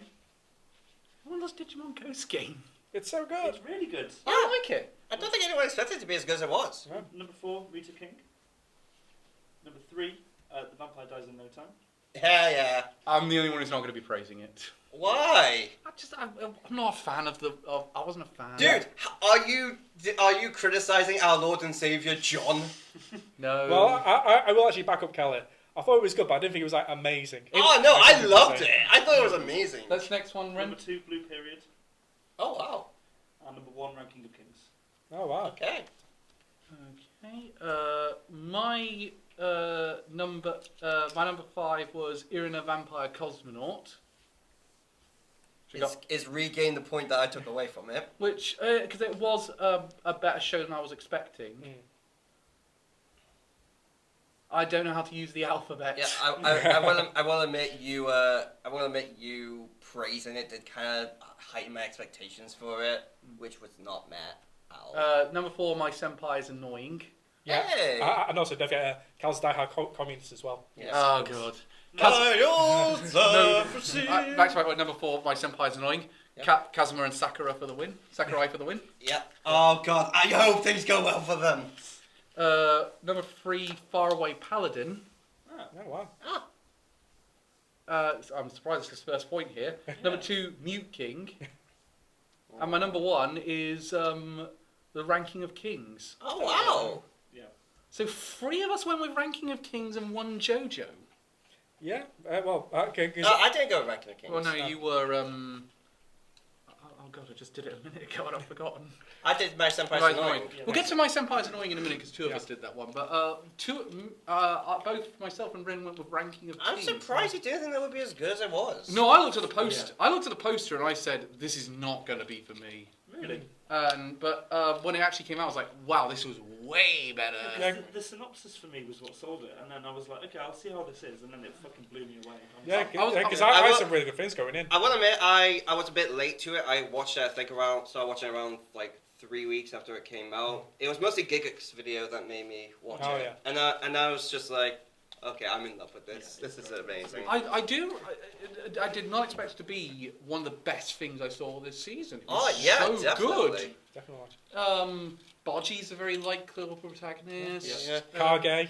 Is Kage. amazing. Kage is great. Queen Healing, I was not expecting to like as much. Yeah, yeah. Like there are multiple layers to each character. Same. One of the things the thing that surprised me the most about it, though, I wasn't expecting to be as adult as it was, or as mature in content as it was. That's what Because, like, threw me in episodes. Wait, you look at it. It's like sort of almost a Ghibli art style. It really fits, I think, a fairy tale, and like in the childlike aspects of the animation, but also with the adult themes, because some of the things that happen in fairy tales are pretty fucked up. Likewise in this show. Even the OP has a bit of a fairy tale-like quality to it. Yeah. The whole pitch book style. Feels more like it would be sort of a kids show. Yeah. It does have a bit of that Paper Mario quality to it. And then it also is a good highlight of disabilities as well. Yeah, no, a great use of... Yeah, like the fact that they had a main character who's both deaf and mute is it's a really nice touch. It's something they've never seen before, and they do a really good job with it. And they do, again, they one of the things they do, the reason why I think it works so well by making it animation for this kind of story is you can allow Bodgy to have those very expressive looks and actions. Like seriously, this show being animated is definitely to its benefit. It would not work in live action at all. God no, Jesus. So Reese, your one. Mine was Ghost Game and then JoJo's. I'm surprised you thought you put JoJo's up there. Were you not expecting to like it? No, I wasn't expecting to like it this much. Yeah. Yes. I mean, for me, it pretty much met my expectations. Can I say it actually exceeded my expectations? Because I must be honest, I nearly put it in biggest surprise, but that was only because I wasn't too impressed with Part 5. Yeah, that's right. Yeah. Part 5 was a bit of a stopgap. What's kind of surprising for me is that it's, according to a lot of people from what I've heard, isn't like Part 6 one of the weaker ones? Yeah, they're wrong. I'd say it's one of the more... I don't know. It's not everyone's favourite. Like in Japan, the biggest two are 3 and 5. Across the world, I'd say kind of 4 is like a hidden gem, and 6 kind of does get forgotten. From what I heard about, a lot of people say that 7's the best one. 7's great. Put it this way: if Part 6 keeps this up, it will become my second favourite JoJo part. Oh. It'll be my favourite and least favourite JoJo part because it's the only one I've seen. No, I'll put it this way: I'm not a fan of Part 5, to be honest. I think Part 5's good. But I also think it's kind of a bit of a draggy plot. There's not the central villain appears a little too late for my liking, so there's not enough time for them to get some proper build up. Meanwhile, I still need to finish Part 1. I've got the 3 manga for it. I just need to finish it. Also, the protagonist for Part 5 is the least interesting part. Like Jolene. Yeah, no, I like Jolene, honestly. Sorry, for Part 5. Part 5. Oh, 5, okay. Yeah, Jolene's a really good protagonist. Jolene's a proper good protagonist. Yeah. And again, though it does sort of should be the product of one of Jotaro's relationships. Because I've never would have picked Jotaro as someone who could hold down a stable relationship. Oh, God, no. Never mind that. Never mind that. I never thought Jotaro would be someone to become a marine biologist. Yeah, all things. Yeah, with, he was the one who did the dolphin LSD trials. No. What? Don't look that up, folks. Don't look that up. Alright, and my one was My Senpai's Annoying. Which I also put on my list on one of them. I also did not expect to like this one that much. Oh, it was so fucking good. Like, I when I went into this, I thought, alright, this is gonna be fun. It's probably gonna end. It might end up in my top 3 at the end of the year. But when I watched it, I was just like, I'm in love with this. I'll be honest. I wasn't huge on it, but I didn't think to mark it down enough. I like office romances, but I like the. Hence our one. Sorry. Yeah, exactly. Well, Watakoi. And Love is hard for an otaku. And the scientist one. Oh yeah, Science fell in love and I tried to prove it. Yeah. I do think this is better than Science Types. Yeah, I say so. I say when it comes to like the office romance shows that I've seen, I say it's the best. Because I haven't seen Watakoi yet. It's one of those where we just go, for the love of God, stop dicking around with this. Yeah, meanwhile, like, there are 2 romances in this. Well, there's one that you know that is certain is going to be a romance, which is, of course, between Tadama and Sakurai, and one that you think could blossom into one, which is Futaba and Thingamajig. That's why he likes it. She's got the same name as her favourite character in Persona 5. Yeah. No, I didn't really think it's great. Like, it's funny because the reaction I have with Kazuma and Sakurai is the exact is very different from what I feel with Red and Rit. Because of those two, with the first two, I was just saying, oh, just kiss her, you fool, just get together. Meanwhile, Red and Red, I just think, for the love of God, just fuck already and get out of your system. My God, those two are lusting each other so hard. Nearly did in one of the episodes. Yep. Huh. I don't know, I think I watched like up to episode 6. I didn't drop it, just didn't go back. 2 episodes later, they nearly do. Ah! Lol. And damn, Red is batting well above his average. Yep. It's one of the things actually on my Senpai is annoying. I think one of the big issues I have with it is you made the secondary ship more interesting than the main one. Yeah. I would say in the sense that you want the two of them to get together. I'd say when it comes to personality and more fun to watch, I say the first two are.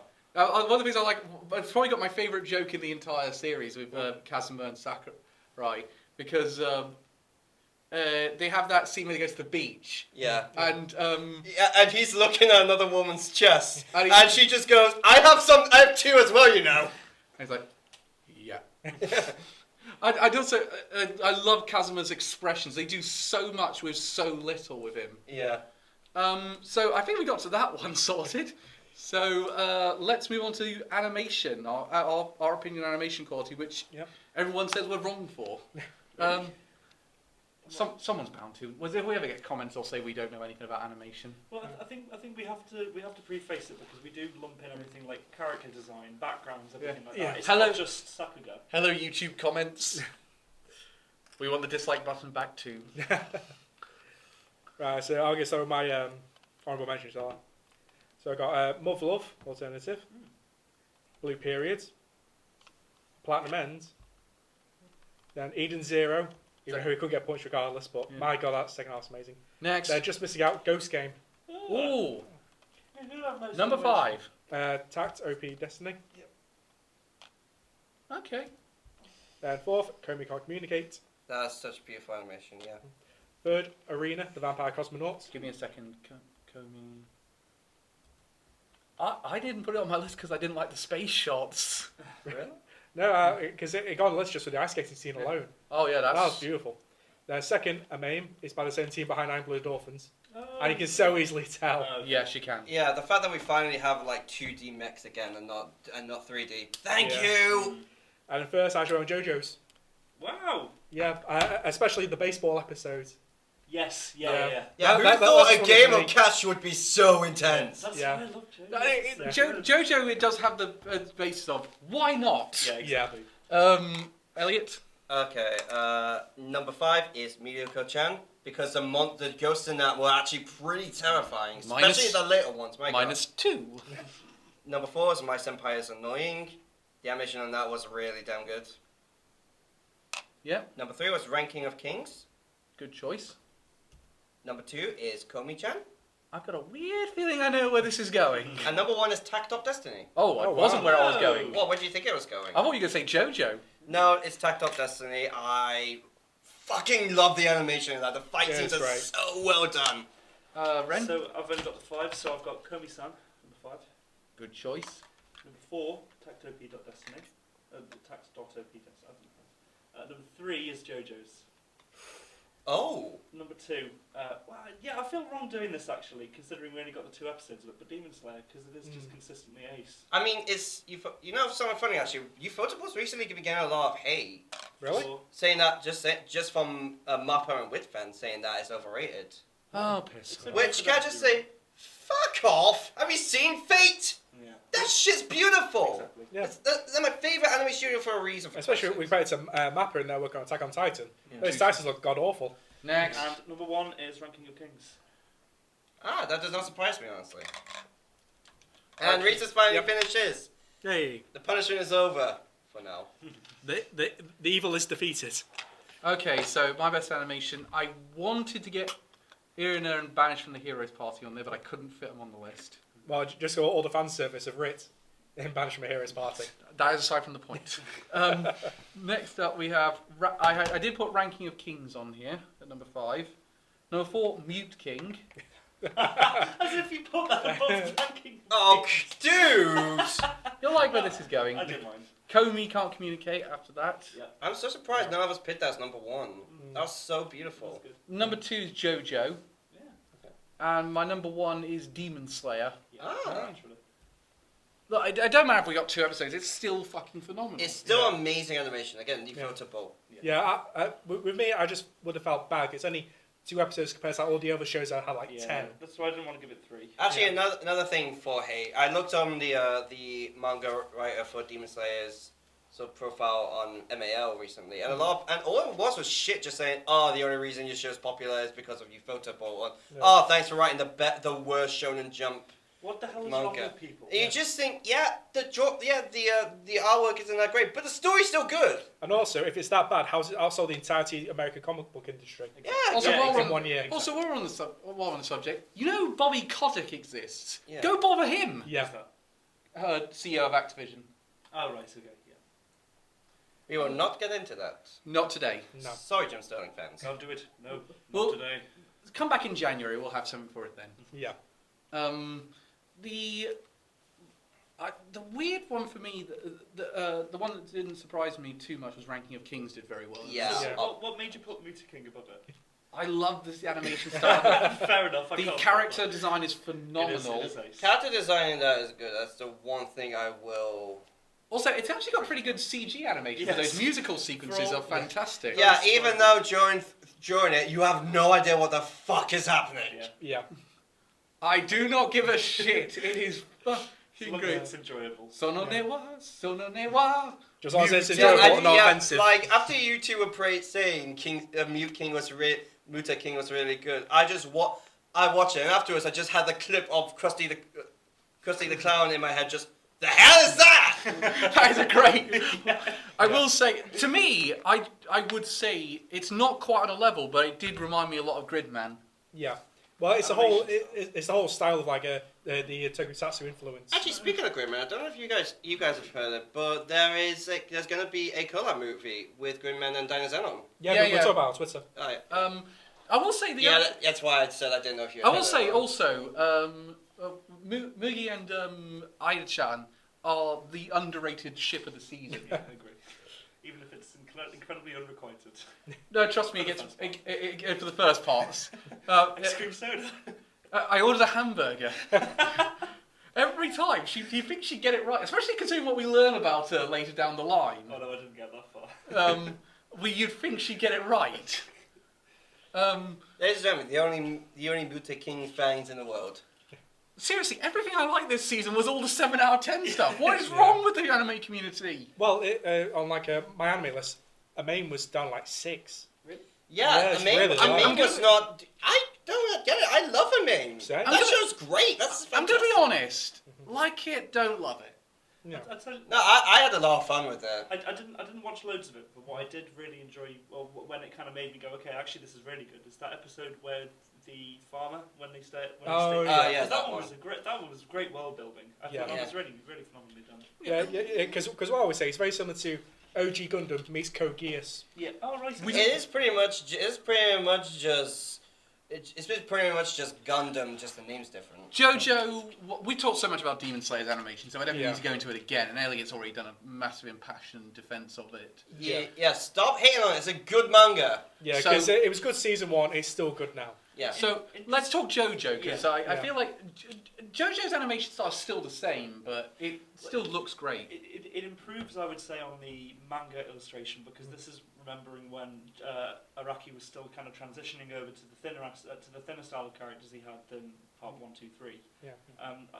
It's still very stylized, and I think that works really well for it. There's still it does definitely feel like they've pretty much taken the drawings out of the manga and animated it. Yeah.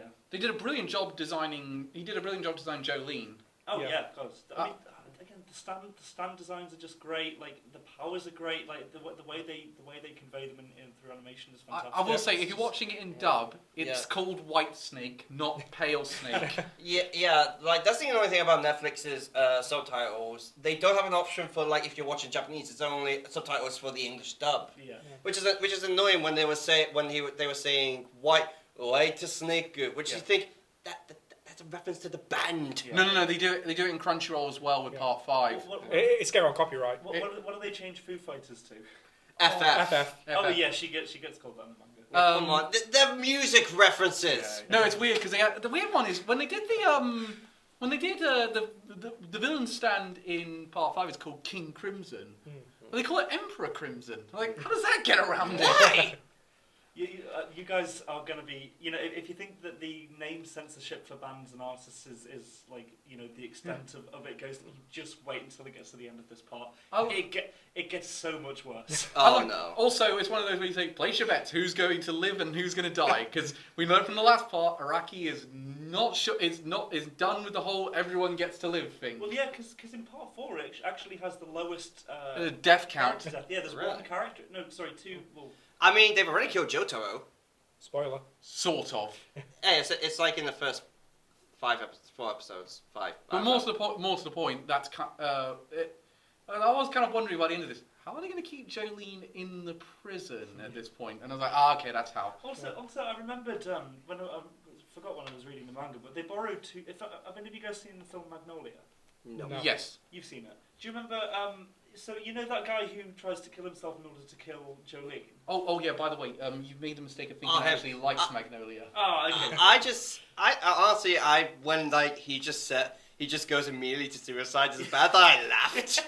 It's just like, I should just kill myself. Yeah. Yeah. And then it turns out it's his actual power. Also, it's not Jolene, it's Hermes. Oh, sorry, Hermes. Yeah, apologies. No, my favourite, one of the things I went, okay, this is weird, but JoJo's is now definitely back. Yeah. Was the first line of dialogue was all about the fact Jolene got caught masturbating. Just you saved me. Thank you. Yeah. But also, just say about the animation, the way Jolene uses her stand as she unravels. Oh, That's amazingly well drawn. Really well, like when she's crafting the net on the over the ocean, over the lake. Good God. Yeah. I would say Ranking of Kings doesn't get this just for the fact it's a unique art style. I think the animation is very, very fluid. The animation is really good. Yeah. But that's what I think works so well for it, is that it really has that adult side of it. As like, you see characters die and get dismembered and whatnot in episode 1 and 2. Can I quickly rave about Tactop quickly? Yes, go ahead, by all means. Yeah. That is oh my God, that is such amazing fight scenes. Yeah. Like the character design is great. Just the settings, like I actually feel like I'm in America, kind of. It's just legitimately really well done. It's just legitimately well done. Like, apparently this anime is for promotion for a mobile game. Yeah. Is it? Yeah, they did not have to go that far. But my God, they put so much passion into it. Which just makes you think, oh, this is just so good. Yeah. Also the fact that Tak looks a bit like Joker from Persona 5 helps. But also going to say as well, I saw some of the assets from the mobile game. I know I pretty much ripped straight from there, so it's very faithful. Oh, wow. Yeah. So, incidentally, Ranking of Kings is number 1 at the minute. Second place is JoJo Part 6, which I think Ren was not expecting today. Best female. I wonder who's going to win. I wonder. It's such a Incidentally, Who knew that the first season everyone watched JoJo's would all fucking love it? Who'd have thought? Well, who never watched Out Blooded Orphans when it came out? incidentally, the joint third place is with Mute King, My Senpai's Annoying, and Tactop Destiny. Oh, this is Come going on! This is going Why so well. my Mute King? It's only getting a couple more points off me. I Thank should say. God. Thank God. Let's move on. It's just bringing back to the old days where it was me voting for Gundam The Origin and Out Blooded Orphans. 40 points! All from Reese! Best female, and no, Ida-san from Mute King is not on my list. Oh, Which is a shame because she is cute. she is very cute. Right, so honorable mentions, I went with Nezuko from Demon Slayer. Oh yeah. 9th I went Toa from Yashahime Season 2. 8th I went Yuko from Maruka-chan. Can I just say, I held myself off from picking the Demon Slayer. Rengoku, just because we gushed enough about him. I don't want to gush anymore. Yeah. 7th I went Saki from Platinum Ends. 6th I went Destiny from Tactile Pre Destiny, no point yet, Cal. 5th, Futaba from Senpai's Annoying. Ah, nice. Complete third now. Yep. 4th I went with Rit from Bash from the Heroes Party. Thank you, Reese. I was worried I was the only one giving it points. 3rd, Arena from Vampire's Cosmonaut. Hang on, I've lost. He's lost it. That's what I was One of his waiting. favourite shows. I was waiting for Cal to scroll up and down. I can't do alphabet well. May fail English? That's impossible. Show the God of Specsavers. Have you added the point? Yes, I've added it. Okay. Second, Jolene from Stone Ocean. second. Jolene, Jolene. And first, I went with Comey. Comey can't communicate. Oh yeah, no, that is very Oh, fair. Elliot, I think I know where you're going with this one, but give us Number 10 is Miko Yosuya from Miruko. -1. No, that's Honorable 10. mention. That's honorable mention. Oh That's no, number never mind. 10. Still -2. Number 9 is Elita Luminesque from Arena Vampire Cosmonaut. I give credit where credit is due. She was fun. Yeah. Number 8 is Rit from Bash from the Heroes Party. Number 7 is Hinaichi from The Vampire Dies in No Time. She was really fun. Number 6 was Ryuji Ayakawa from Blue Period. Yeah. Number 5 is Destiny from Tact of Destiny. Yep. Number 4 is Join third again. Number 4 is Memempu from Sakugan. Finally back on the board. Number 3 is Jolene Kujo from JoJo's Bizarre Adventure Stone Ocean. Okay. Number 2 is Futaba Iragashi from My Senpai's Annoying. Oh, wow. Back to third by itself. And number 1 is Shoko Komi from Komi Can't Communicate. There we go. I got it. I love that girl Yeah. so much. Someone give her a hug. I just love that thing. Some way just say Comey to vibrate. Incidentally, She's like an alternative version of The Grudge. I actually don't watch it on the day it comes out on Netflix because I save it a day so Ren can watch it. Ah. Date night. It's our before stream anime unless he Aw. turns up too late, Okay. like normal. Doesn't know. No, you You should have said- a pretty good time. You turn up around 7 o'clock and we can't watch anything because you've turned up too Only late. the last couple of weeks. Anyway, 2 honorable mentions for me. I've got Irina from Irina. Ida, because she's very cute from Music King. Number 5, Ryuji Ayakawa from Blue Period.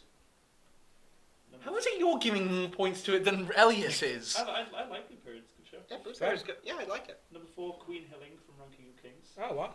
She's a good one, actually. Yeah, I like her character. Yeah, no, she's an honourable mention on mine. Number 3, Memempu from Sakugan. She's fun. She is really She's fun. a really good character as well. Number 2, I put Komi. And gee, I wonder Oh. who my number 1 could be. Such a confusion. Boy, I have no idea what it could be. I'm just putting it down Yeah, now. it's Jolene. Is anyone surprised? Let's Yes. be honest. Is anyone Uh, actually who could surprised? guess? My top 5. Ida and the Queen as my honourable mentions. My number 5 was Yuzu from Taisho Otome Fairy Tale. Number 4 was Rit from Banished from the Heroes Party. Fan service. She's got a lot more to her than that. Yeah, she has 2 large things to her. Yeah, Yeah. prove it. She's a simp. Komi can't communicate. Komi is third. No, I only heard. Yeah. Number 2 was Irina from Irina Vampire Cosmonaut. Wow. And my number 1 Yes. was Jolene. Yeah. Jolene, Jolene, I Jolene. wonder if they acknowledged that in episode 1 as well. And we're now copyright claimed. Sorry guys, we're carrying nuts on this video. It's less recklessness than me and Ren have taken on some of our streams. But incidentally, JoJo is now number 1 Of course. with 23 points. Second is Ranking of Kings with 19. Yeah. Third place is now Komi-chan Can't Communicate with 15 Wow. points. It's shot right back up. Oh, I love Komi. Is just such a good character. Do you know, I'm not going to object if it wins today. She is she's just such an amazing character. She's just a really good character. What I'm amazed is they get so much out of her with little to no dialogue. Like, as someone with social anxiety, with a lot of anxiety, I 100% relate to her. And you just, every time she's on screen and she's trying to talk, you just think, you can do it. Come on, you can do it.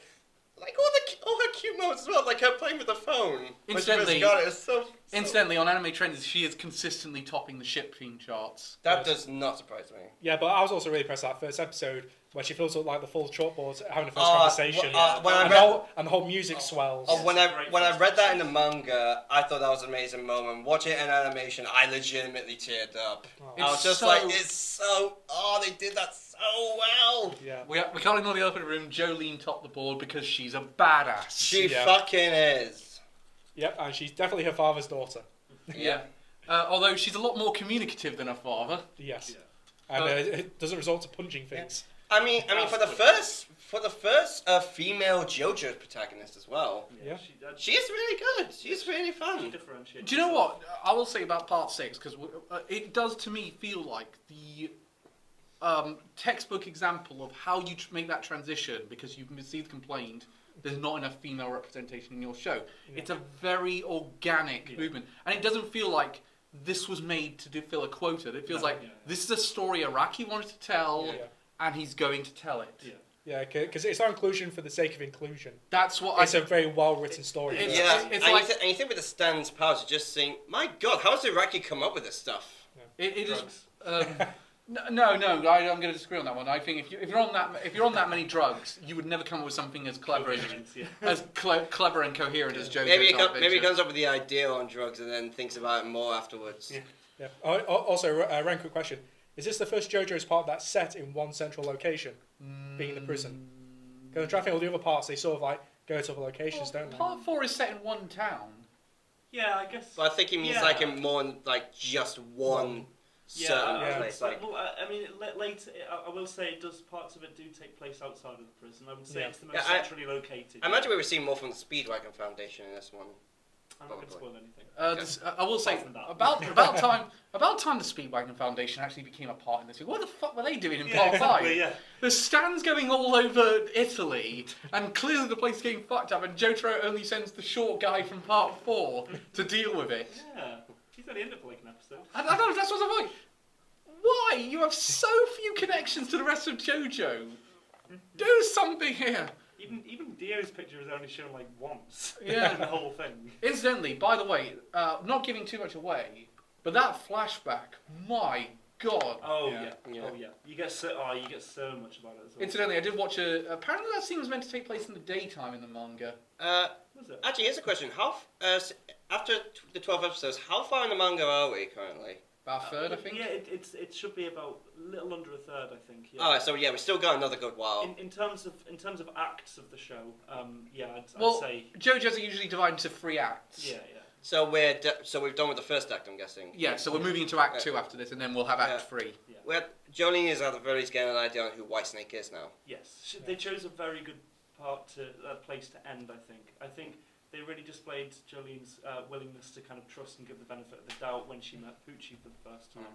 And yes, it's the same name as the dog from The Simpsons. Yeah. Homer voices. Wee Poochie in the house. Ha! Nice. And also, who could forget those amazing 3D model frogs? I know. Do you know what the weird thing is? Did anyone else get this song in their head when they go, I send a pestilence and plague into your house, into your street? Yeah. They do use a lot more 3D animation in this, actually, which I don't think is bad. I mean, the stand's at least good in 3D. I've actually, the weird thing is this is it's one of the few times in JoJo's I've actually been to the place where it's set. Prison. No. No, I've been to Florida, and they genuinely do have warning signs for frogs. Wow, no way. Fuck, they found my cat dungeon. Moving swiftly on. Best boy. Best male, yes. Best male characters. Reese, would you care to do the honours? Okay, so honorable mentions. 10th was Rengoku, because of course it's Rengoku. Yeah.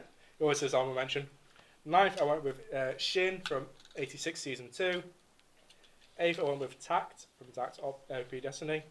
7th I went with Hiro and Gammamon from Ghost Game. Because they're amazing. 6th, just missing out, Boji from Ranking of Kings. Ooh, that's hot. I can't hold these takes. 5th I went with Lev from Arena. Thank you. This is going to be the only points it'll get here. Probably. Yeah. 4th I went with Yatora from Blue Period. Yatora, the main dude. Main dude, yeah. Yeah. He used to be delinquent. Next. 3rd I went Takeda from Senpai's Annoying. Thank you. He is amazing. He is I love him so much. Oh, he's so great. I did not think my Senpai's Annoying would be doing this well. I was hoping it would. Yeah. 2nd I went Amo and Guy from Amame. Because this is what Yu-Gi-Oh! Ray should have been. With the whole AI partnership. And 1st I went Tadano from Comic-Con Communicates. I did not expect him to I top was him. not thinking he would be your number 1. Yeah, I really just enjoy his whole interactions throughout the whole course of the show and how much he really adds to the story. Yeah, he does. Yeah. Okay, Ren? That's me next. No, it's Elliot next. Cal, you've been doing this for nearly 5 years. Get your shit together. Wake up, wake up. Number 10 is Gamamon from Yeah. Ghost Game. Yeah. Number 9 is Gashin Tezuka from A Main Warrior on the Borderline. Number 8 is Gagumba from Sakugan. Number 7 is Tagged Asahina from Tagged Up Destiny. Yeah.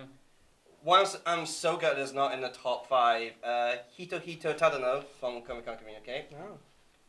Number 5 is William G. Merry Blood from The Faraway Paladin. Yeah, seriously. Yeah. How long has it taken for that to get back on the board? Yeah.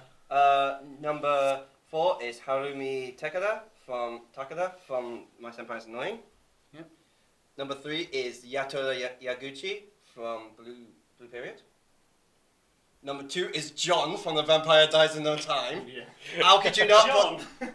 He's a cute armadillo, dude. Yeah, he is. Dralica would definitely be up there as well. if I had to Next. say so. And number 1 was Bodji from Rank of Kings, Yeah. because obviously I would sing his praises all day long. Okay. I've put Ronaldo and Drelloc as honourable mentions. Hey! Number 5, Gamamon. Yep. Number 4, William from Faraway Paladin. Number 3. I gotta say. I go just like I'll catch up. Sorry, yeah. Faraway Paladin. Thank you. Yeah, what would you want? Put all that in. Number 3, no. Gagumba from Sakugan. Hey! Yeah. Number 2, Yaguchi from Blue Period. Or what's his name? Thingy. Yatora. Yeah. Yatora, sorry, I didn't want to go Yaguchi. Gagushi's his last name. And number 1, Bodji. Hey! Bodji. This was time for Onion Bargee. Yeah! This was the time for Rank of Kings to catch up. Who would have thought best male would be the category where we say let's all catch up to JoJo? Yeah. That wouldn't Well, have it is been- hard to catch up to JoJo on this section. Yeah, exactly. Considering it was like 99% of the cast is Yeah. female. Okay, I did a lot here. I wanted to have William on here, but I couldn't fit. I wanted to have the Mute King on here, but I couldn't fit it on here. Number Good. 5, I have Kazuma from My Senpai's Annoying. Hey! He's a really good one. Next, I had Bodji from Ranking of Kings. Yep. Oh. Then I had Lev from Irina Vampire Cosmonaut. Number 2 was Red from Banished from the Heroes Party. Cal self-insert character just to be next to Ritz. I hate you. And my number 1 was Tamaiko from Taisho Otome Fairy Tale. Oh. I'm Yeah. surprised Tadano wasn't at least an honorable mention. Tadano, I think, I probably should have put Tadano as an honourable mention. Comes Tadano again. I don't know. Comic-Con Communicate. Oh, yes, I would put him as an honourable mention because I also wanted to try and put him on the list, but I thought, no, it has to be these 5. These 5 for me are the stand-ups. I think That was very much my thought with Tadano. I was just like, no, I just prefer these ones. it. So the obvious one here was Bodji was on all four of those, and Tops. Oh. Mine just missed out. Oh, It was number yeah, 6 for me. that's- Yeah. Oh, it's because Bodji is, first of all, he's fucking adorable. Yeah. Come on, he is so cute. I want a plushie of him. He is the very definition Oh, when of he two wa- people But for but this second world. of all, he just has a great arc. Like Yeah. he's generally passionate about becoming the king, and he's trying to get past that despite his disabilities and despite the fact that everyone doubts him. Oh God, when he's denied the throne. Oh, Yeah, you really yeah. felt that? That's the most heartbreaking thing. Yes. Oh. Yeah, I'd like to know another very good honorable mention is Kage. 100%. Kage Yeah. is like the relationship between him and Bodji is just so good. Who would have thought you would, first of all, feel sorry and then also empathy for a little black splodge on the floor? Yeah, they did that. So They did that sorry. It did- really damn well. He did remind me of Lucy from Enchantment. Enchantment. You know the Futurama, Oh, yes. medieval Oh. Futurama. Yeah. He did remind me of the demon from Yeah, that. yeah. Maybe that's where they got. Yeah, that's a really good point. Actually, I didn't think of that. I'm surprised I'm the only one who noticed yeah, that. that's a good. In fact, it does kind of look a bit like it could take place exactly. in that universe. It does as well. Yeah, I was always there for the way he sees flashback to his family. And sees his mother. Yeah. I do.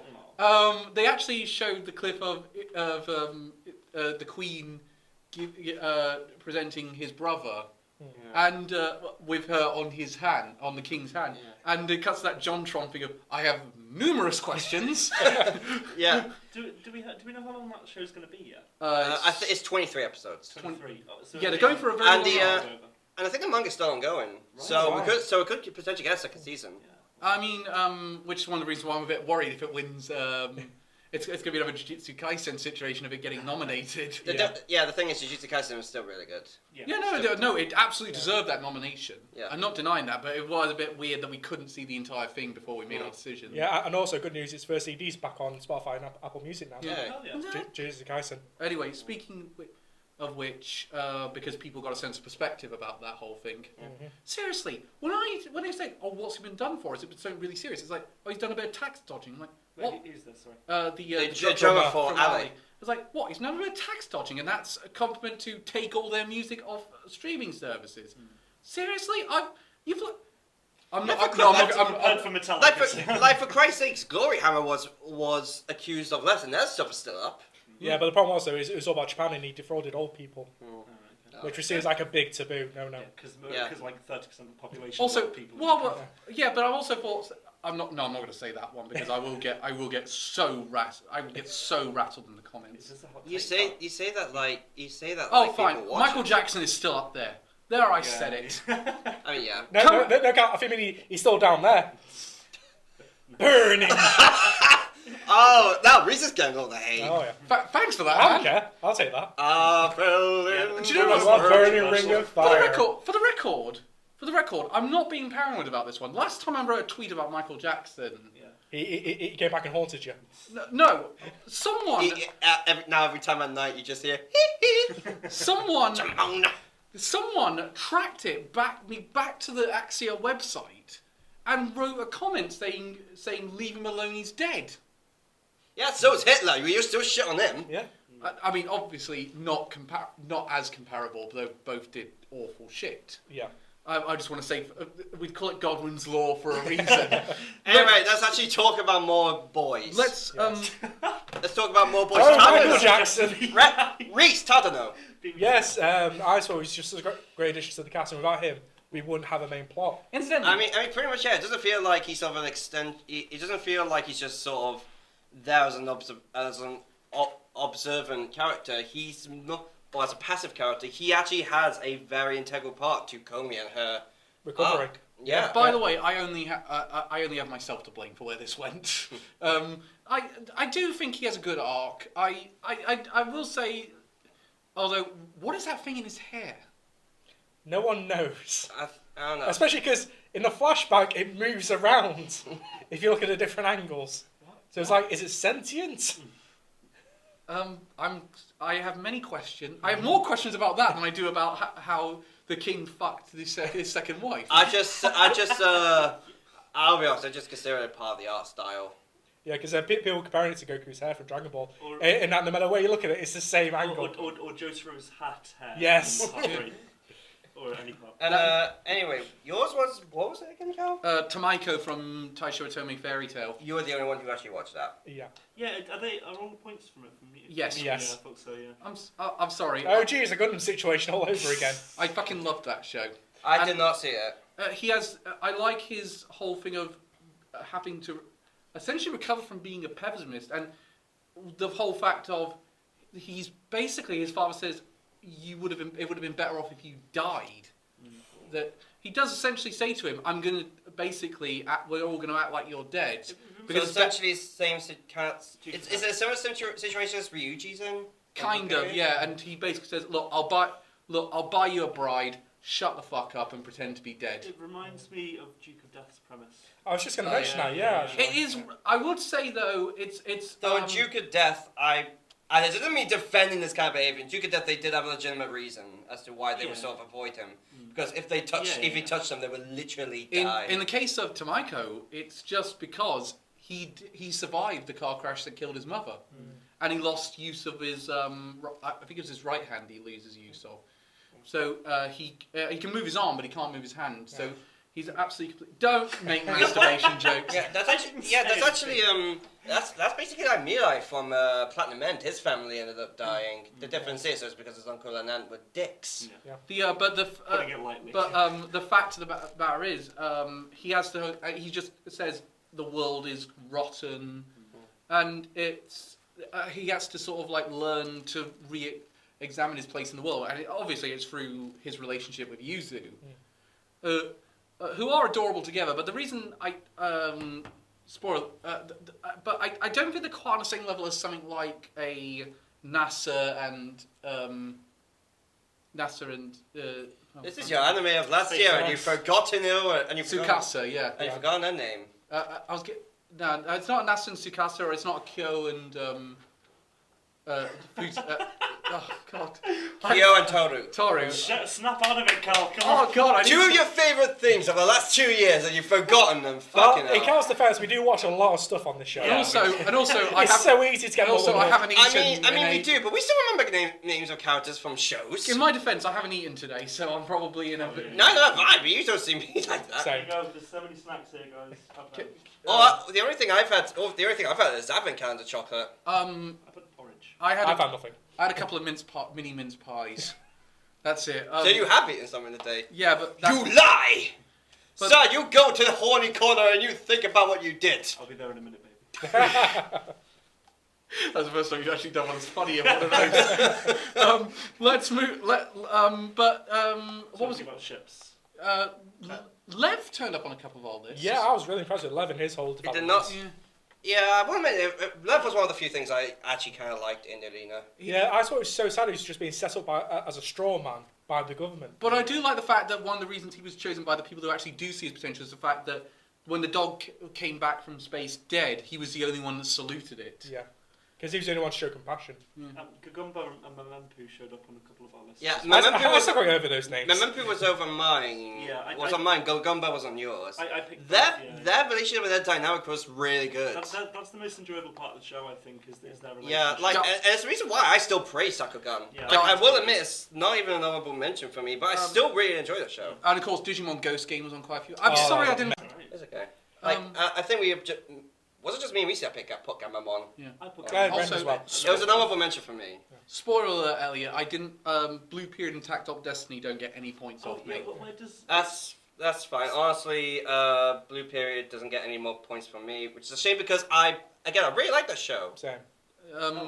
Actually, Especially the last couple of episodes. It's so I think actually, we got a lot more to cover, so I think we need to get down to the Actually, final just quickly, point. fun fact about Blue Period. Actually, all the artwork that you see in there are from actual students at TUA. Oh, wow. Yeah. Which Yeah, explain- and in the manga, they actually quite often give with each piece of artwork, they give credit. They think, this was done by blah blah. I'm glad they do that. I was really worried when you said that someone's not getting credited. No, it is done in the manga. Don't worry. At least it's not a Metroid Dread situation. Yeah. That's pretty nice.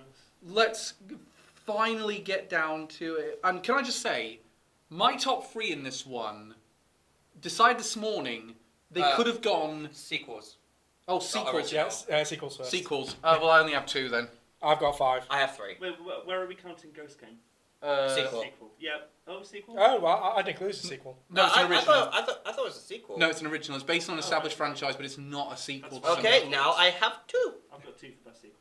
Okay then, Elliot, Reese. Fucking hell, what's happened to me this morning? Right, in that case, I've got 6 then. 6, Yashahime Season 2. Surprised I didn't make it. 5th, Marvel... Jobless Reincarnation! Oh, Jesus, no. Marvel of Alternative. I thought you weren't a big fan of that one. It's not, but it's better than the others. Its point number Yeah, I is... thought Yasuhime would be one. By the way, its point number is 1. Hey. 3rd, Demon Slayer Season 2. Yeah, fair enough. 2nd, 86. That's- 3rd, 86. Does not surprise me. No. Next. And then, wait, is Ghost Game sequel or not? No, it's not. It's not. Right, so first is now JoJo's. Yeah. Oh, we're going to put Digimon as number 1? No, I was going to put number 2. Oh, right. I was okay, just double checking. Yeah. Okay, actually, just quickly, hands up. Who didn't pick JoJo's as best? Okay. Just give 12 points to JoJo. 12 to JoJo's. 12 points.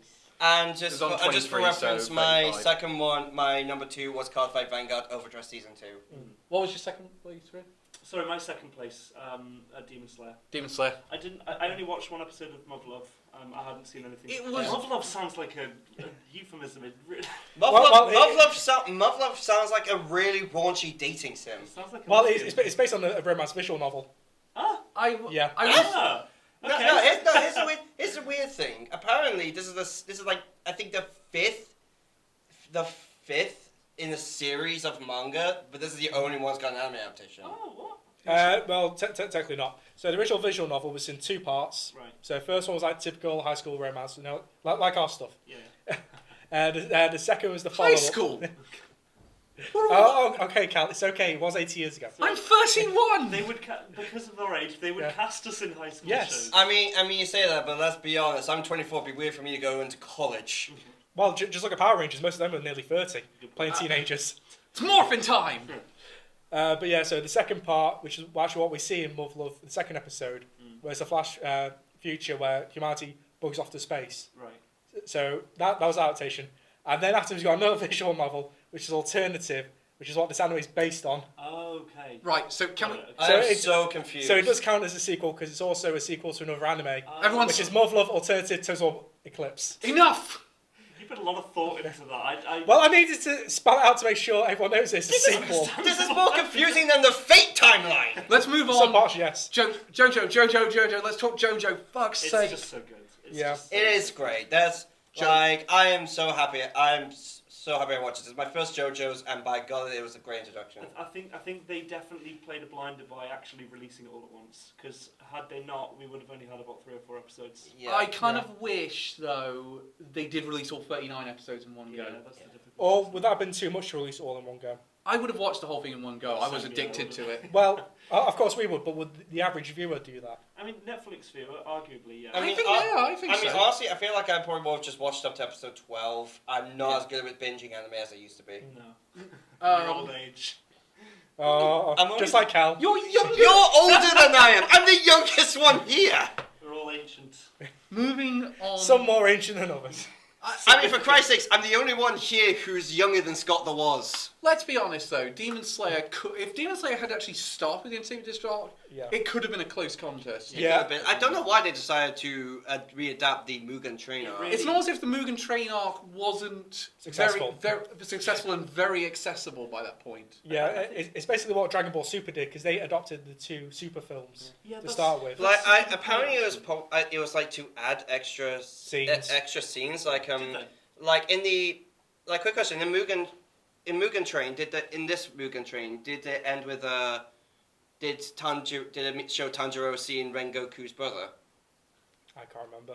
It does at the beginning of the Entertainment District arc, but not. Right. Okay. Yeah, not Right, in the film, okay. Not in the film. Yeah, because I think with this adaptation, they fluffed it out a bit more by more dialogue. Also, I have been reading more of Demon Slayer. I think where I'm at, they're pretty much on the end game. Oh, wow. Incidentally, I'm surprised you're not eating snacks going. Tasty! Tasty! Tasty! Oh, that was so funny because I had to go to the cinema to see that and it was in the dub. Oh, yeah. And it's Johnny Young Bosch. So good. It's Yeah, I mean, honestly, the reason what the Hinokami Chronicles and the movie is why I'm waiting for the Entertainment District to be put into dub because I'm just so used to that at this point. Also, good news about the new game, the Hinokami Chronicles. It's had both batches of free DLC now. Oh, wow. So you get 4 more fighters for free, So- which are demons. I mean, honestly, I don't really. One complaint I had with my reviews, I wish they had that at launch. Yeah. I agree, but I think we need to move on to Best Original now because Yep. of how much. But anyway, JoJo is at the minute it's on 35, so that's the score to beat. Second. But that being said, it doesn't necessarily win if it Yeah, gets we've that. got the top We've got few, haven't we we? got to look at the top 5. Yeah, it just has a higher chance of winning. Yeah. Yes. So let's talk Best Original now. And as I said before, my top 3, I was going back and forth on all of them. Yeah. And put it this way, my number 1 on this might not be up for a wild card because I wanted to see how everyone's reaction would be. Yeah. So honestly, for example, one of mine, I'm just going to take it off the wild card because it will only be me that will enjoy it. You know, actually, one second, changing one of mine, I kind of had a change. Ghost game. no, sadly that's not up here. Well, it's for me after I did it. Reese, honestly, if you asked me tomorrow, my top 3 would have been different, potentially. So honourable mentions, however, Tact OP Destiny is 10th. Yes. 9th, Banished from the Heroes Party. Oh. 8th, Platinum Ends. 7th, My Senpai's Annoying. 6th, Arena the Vampire Cosmonaut. Now for the actual points, I went Ranking of Kings. Wow, For 5th. damn. Yep. 4th, Blue Period. That's surprising. That does surprise me, yes. 3rd, Amame. That doesn't surprise I'll me. be honest, I thought that would be your number. That would be number 1. 2nd, Ghost Game. Oh, so I was really hoping. Number 1? Komi. Yeah. Oh yeah, wow, yeah. Komi. I'm surprised Irina didn't make the list. Yeah, she just missed out. 18, so that'd be 21. Okay, yeah, Komi's climbing up there. Alright, number 10 is Platinum End. Number 9 is Build Divide. Yes. I actually did really like that. Next. Number 8 is a main warrior on the borderline. Oh, quite low there for you. Yeah, honestly, these next, 8 to 6, I'm still going to work on in the top 5. Yeah. Number 7 is the vampire dies in no time. Yeah, oh wow. I'm surprised you put that in honorable mentions. Number 6 is Blue Period. Number 5 is a Faraway Paladin. No, that's not bad choice. That's a very good show. Best Isekai of the season. Yes. Number 4 is Tact Up Destiny. No surprises there. I'm surprised it wasn't your number 1, to be honest. It was close for a while. Yeah. Number 3 is Ranking of Kings. Oh, where is this fucking going? Isn't it? Number 2 is My Senpai is Annoying. Okay, well, I know it's number 1 now. Yeah. Number 1, of course, Komi Can't Communicate. Wow. I am in love with that show! I fucking love it. So I'll just do the top 5. So I've got Tacto P. I don't know how to pronounce Visit it. Tactop. Yeah. Tactop. Tank Top. Tank Top Destiny. Tank Top. That's a completely different show. Tank Top Summer. Number 4 is Muta King. Oh, come on, dude! Number 3, Blue Period. Number 2, like Reese's Digimon Ghost Game. Yep. And number 1 is Ranking of Kings. That does not surprise me in the Oh. slightest. I love that show. Wait, whereabouts will Komi be? It was honourable mentions. I think I probably would have put it about 6. Right, so here's my lot. Banished from Hero Party, number 1 forever. I desperately wanted all of these to make the list, but they couldn't do it. So, I put... Yeah, I changed that last minute. I don't know why it's Are there. these do you have honourable mentions or just something? I do have honourable mentions, yes. Okay. I nearly put Mute King on the list, but I said, no, I can't justify that one. No. The team down. Because it's shit. Platinum End didn't quite... I won't go that far. Platinum End didn't quite make it either. Faraway Paladin, so close. Yeah. Oh. Inches from the list. But I could... 6 inches from the list. I Number- heard you chuckle on you. Number 5, Ranking of Kings. Only number 5. Yeah. Number 4, Komi Can't Communicate. Oh, wow. Wow. Number 3, and again, these 3, I was going back and forth. Any one of these could have been number 1, and they could be in the future if I watch this back. Number 3 was Taisho Otome Fairy Tale. Number 2, Irina Vampire Cosmonaut. Wow. My number 1 was Banished from the Heroes I was Party. joking about that! No! I was Dude, what the joking saying fuck? number 1. I mean, it's fine, but really? I think that's Best of the season? I think that's Seriously, the hottest take. The second half did it for me. The second half nails it. I mean, it's fine, but it's not great. No, I would say it is. Is it just because Rick came in the second half? No, I think they did. No, Rick came in the second episode 2. No, I think they did a very good job balancing the slice of life, the action, and the fantasy. Mm-hmm. I think they really did a great arc around Ruti and her character. They have some excellent villains in it. The character motivations are excellent in it. No, I'm sorry, dude. If you pick that for a wild card, I am going to have to fucking choke you. No, Kinky? I probably won't pick it as a wild card on the reactions, but I did want to get it.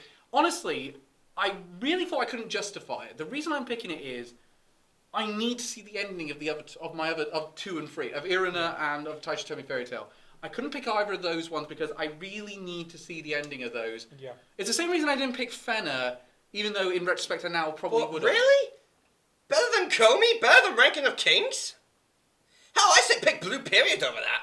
Do you know what it is? I said all those shows you mentioned. I thought technically better, but this is my thing and pure enjoyment. I fully accept this is just a me thing and it's just my pure enjoyment.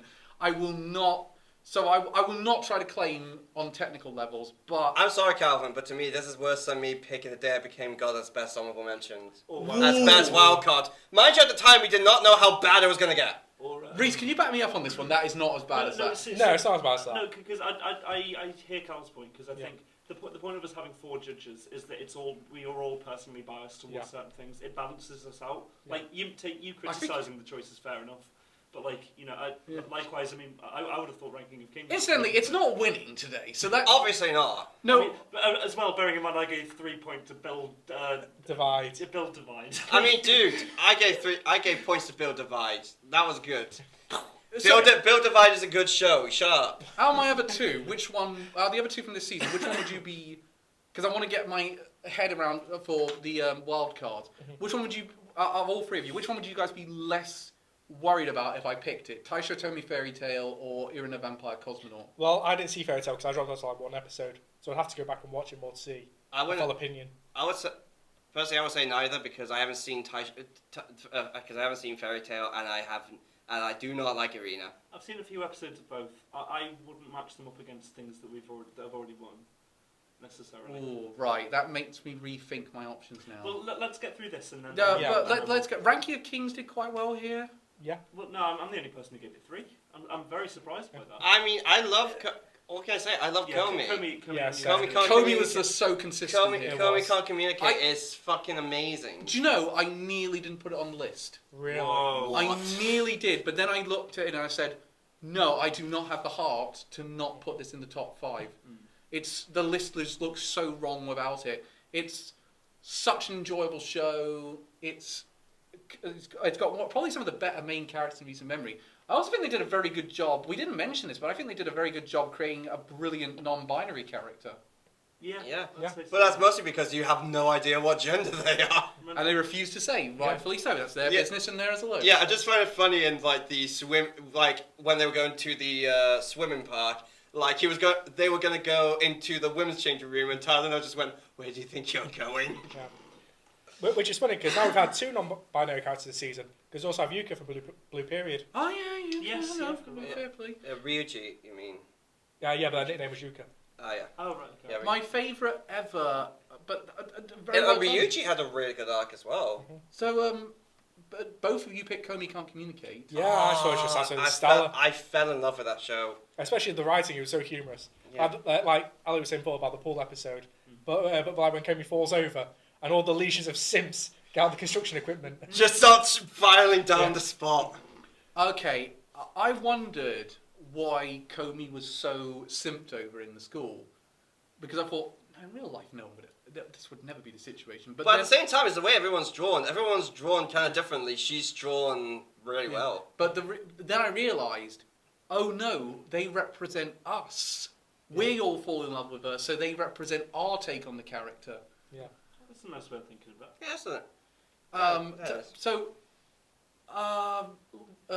Honestly, it was just like a near perfect show for me. Yeah. Like it was just the animation was beautiful, the dialogue was really well done, the characters were all so good. I just felt head over heels in love with the show. That's why, honestly, this was really easy for me to pick number 1. Can I say I thought you were going to pick Tac Op Destiny? Honestly, considering how much it was praised, I was thinking you would think I would pick My Senpai's Annoying. Can I say, I'm glad I wasn't the only one on My Senpai's Annoying. I thought it would just be me and everyone would be... I'll be honest, I was late. I was kind of late to it. I only started watching it like a few weeks ago. I binged it all. I just loved it. I just loved the characters, loved the story. Izmira's a bit disturbing actually. She has a bit of a kink for a grandfather. That is weird. Yeah. That's right. And also, anyone think that her grandfather still has the green hair? Yeah. And she's like, and you just think, how young did her parents have her? Because she's in her 20s. Yeah, he doesn't look particularly old, all things considered. That's funny though. Like, Even as Rob Halford, but he's the same age. I was going to say, like, when he meets Takeda, It's like the two Muslim men from Fullmetal Alchemist Brotherhood, like doing that manly arm shake. Armstrong and I forget the name, but it's the husband of the female yeah, teacher. I know the one you mean. Yeah. I love that bit. Can I just say that was one of my favourite episodes. Yeah. Also, Kazuma and Sakurai forever. Oh, Yeah. Kazuma Sakurai at the aquarium was so wholesome. So what made you guys choose Ranking of Kings lower? It What was it that pushed down a priority list? It was so close. Honestly, like just before, that was the thing I changed just then. Like I was thinking it's Ranking of Kings is number 2, but then I thought, Okay. no, you know what? I had more fun with My Senpai's Annoying. Yeah, fair actually. enough. That's fair. I think I had a little more fun with all the others, was the thing. And it's also the fact of, I feel like Ranking of Kings, don't take this the wrong way, I think it has a few too many subplots. Yeah. Maybe. Yeah. Like, it does feel like it's only, it can't focus on everything. So, Yeah, like I think really my main thought when I see the things like with King Bosse and all the guys, I just think honestly one of my main thoughts is, can we get back to Bocce please? I really want to see him again. Yeah, especially considering that like 2-episode gap where he's training near the end, like That- episode 7 and 8. I thought that was or episode 8 and 9 or whatever. I thought that was a strange like thing Yeah. to throw in that. I will. I was going to say, it's quite funny because that's pretty much a Dragon Ball reference to the hyperbolic time Yeah, chamber. that's what I thought. Yeah, it was It's behind closed training to doors, your full no one can potential. see. It's what Supreme Kai does when he's Yeah, but I mean like when we see the bit where at first he has no strength and then you just look in and he's broken a giant boulder in half. You just think, what the fuck has happened to him? Well, I wonder if that's going to be a fake out. I don't know if they'll actually give him that strength. I wonder if they're going to do something else with that. I need to see more of it, basically. Yeah, I mean it's still ongoing. So. Yeah, exactly, which is why I'm excited about it. Can I just say, I my was number... going to say, how far along is Ranking of Kings now? It's 11 it's- episodes, I believe. 10, maybe? I think. I'll say about manga. Yeah. sorry. I don't know. All I know it started in 2019, Oh, and right. in the show, unless the episode came out today, I think we're on episode 9. Can I say though, I think it's a very good show. It's obviously got a lot going for it. Yeah. It has some of the most. Bocce is one of the most lovable protagonists. I will say it's down to. It's really down to. I've looked at the top 5 now. Shall we go? Shall we choose our anime of the season? Yeah. Let's go for We- the top 3 then. 'Cause I think the top. Shall I go for the top 5 just here because Yeah. it's quite funny now because of hearing that how it's been affected by Mute Best- King. No, Mute King nearly did. No, it didn't. Oh. Thank Oh. God. Only had 8 points in the end. Number All 1. of them by you. Number 1 is JoJo Part 6. It scored 35. I wonder why. Number 2 is Ranking of Kings. It scored 31. Number 3 is Komi-chan Can't Communicate. It scored 25. Number 4, I did not see this one coming. Number 4 is My Senpai's Annoying, scoring wow. 13. Yay! And Elliot will hate this. Number 5 is Banished from the Heroes Party. It Oh, scored fuck 11. It scored 11. Okay, I'd like to say now, Banished by the House Fire is definitely not making it. No, I'm fine No, with that. yeah, I think we can fairly confidently. I'll delete that one and I will take it off my wildcard Yeah. list. Also, you can take off My Senpai's Annoying if you want. Okay. do you guys want to do that? Because I personally really love it. But I do think like the other 3 are better too. Judge. yeah, no, I Yeah. think the others are better shows. Yeah, it's a weaker romance and slice of life than Komi. But So if we put them both against each other, Yeah. Komi always wins. I also think for me it also fails if the main ship is less interesting than the secondary ship. Yeah. I know I'm repeating myself there, but No, I feel agree with that. so that leads it down to JoJo, Komi, Ranking of Kings. and Ranking of Kings. I'm hesitant with JoJo because we only have to 12 episodes, and unlike the others where they'll keep going, Yeah. that's going to stop for a while. Can agree. I say I'm agree with it? No, I agree as well. Yeah. That's So should we? definitely a So mindset. weirdly, should we? The way it scored the most, should we take JoJo out of the mix? I think, unfortunately, probably. And Yeah. I'm really loath to do that. I really am. But to be fair, Red, I don't want to judge it on just a I third know, of its that's- content. yeah. Now, saying that, Well, can we acknowledge that we all really enjoy it? Oh, yeah, I love but- JoJo. It's one. I was just getting an honorable But mention at the end of the year. next year, perhaps when it finishes, like if we have the opportunity to, could we do a concluding thoughts on it? yes, I Yeah. agree. I think we should do a Yeah, I think so. concluding That would thought. be good. I think we should do a whole vlog on what we thought about Part 6. Excellent. So I'll I'll get. and then proceeded with about the other parts. Perfect. Yeah. 'cause Also, you guys it's will- One giant That line. means I'll have to. That means I'm going for binge watching. Take your time. Dude. El- No Oh, pressure. also, which means, dude, please watch Cowboy Bebop then. Yeah, I will watch it. I will watch it, of course. Also for the record, it did top the list. So obviously, Yeah. it's been acknowledged. So That's mostly because it's all of our best sequels. Because Yeah. ranking I'm best female for most of us. ranking of Kings or Komi. Now, my first thought is we should go with Comey because you two both had it as number 1. Yeah. Versus Ranking of Kings, and I ranked it higher than Ranking of Kings on mine. I know it didn't score as much as Ranking of Kings, but which one? I'll be outright. I know you guys are probably going to go for Comey. I would vote for Ranking of Kings, which means that if Cal goes my side, then we'll be in a tie. Personally, I'm fine with either. Do you know what it is? I think Ranking of Kings is a better show, but I enjoyed Comey more. Yeah. It's because Ranking of Kings has a main plot and end goal inside. Yeah, exactly. Whereas Comey is just school life. Do you know what? I'm gonna side with these two and give it to Comey. Fair enough. Yeah. Yeah.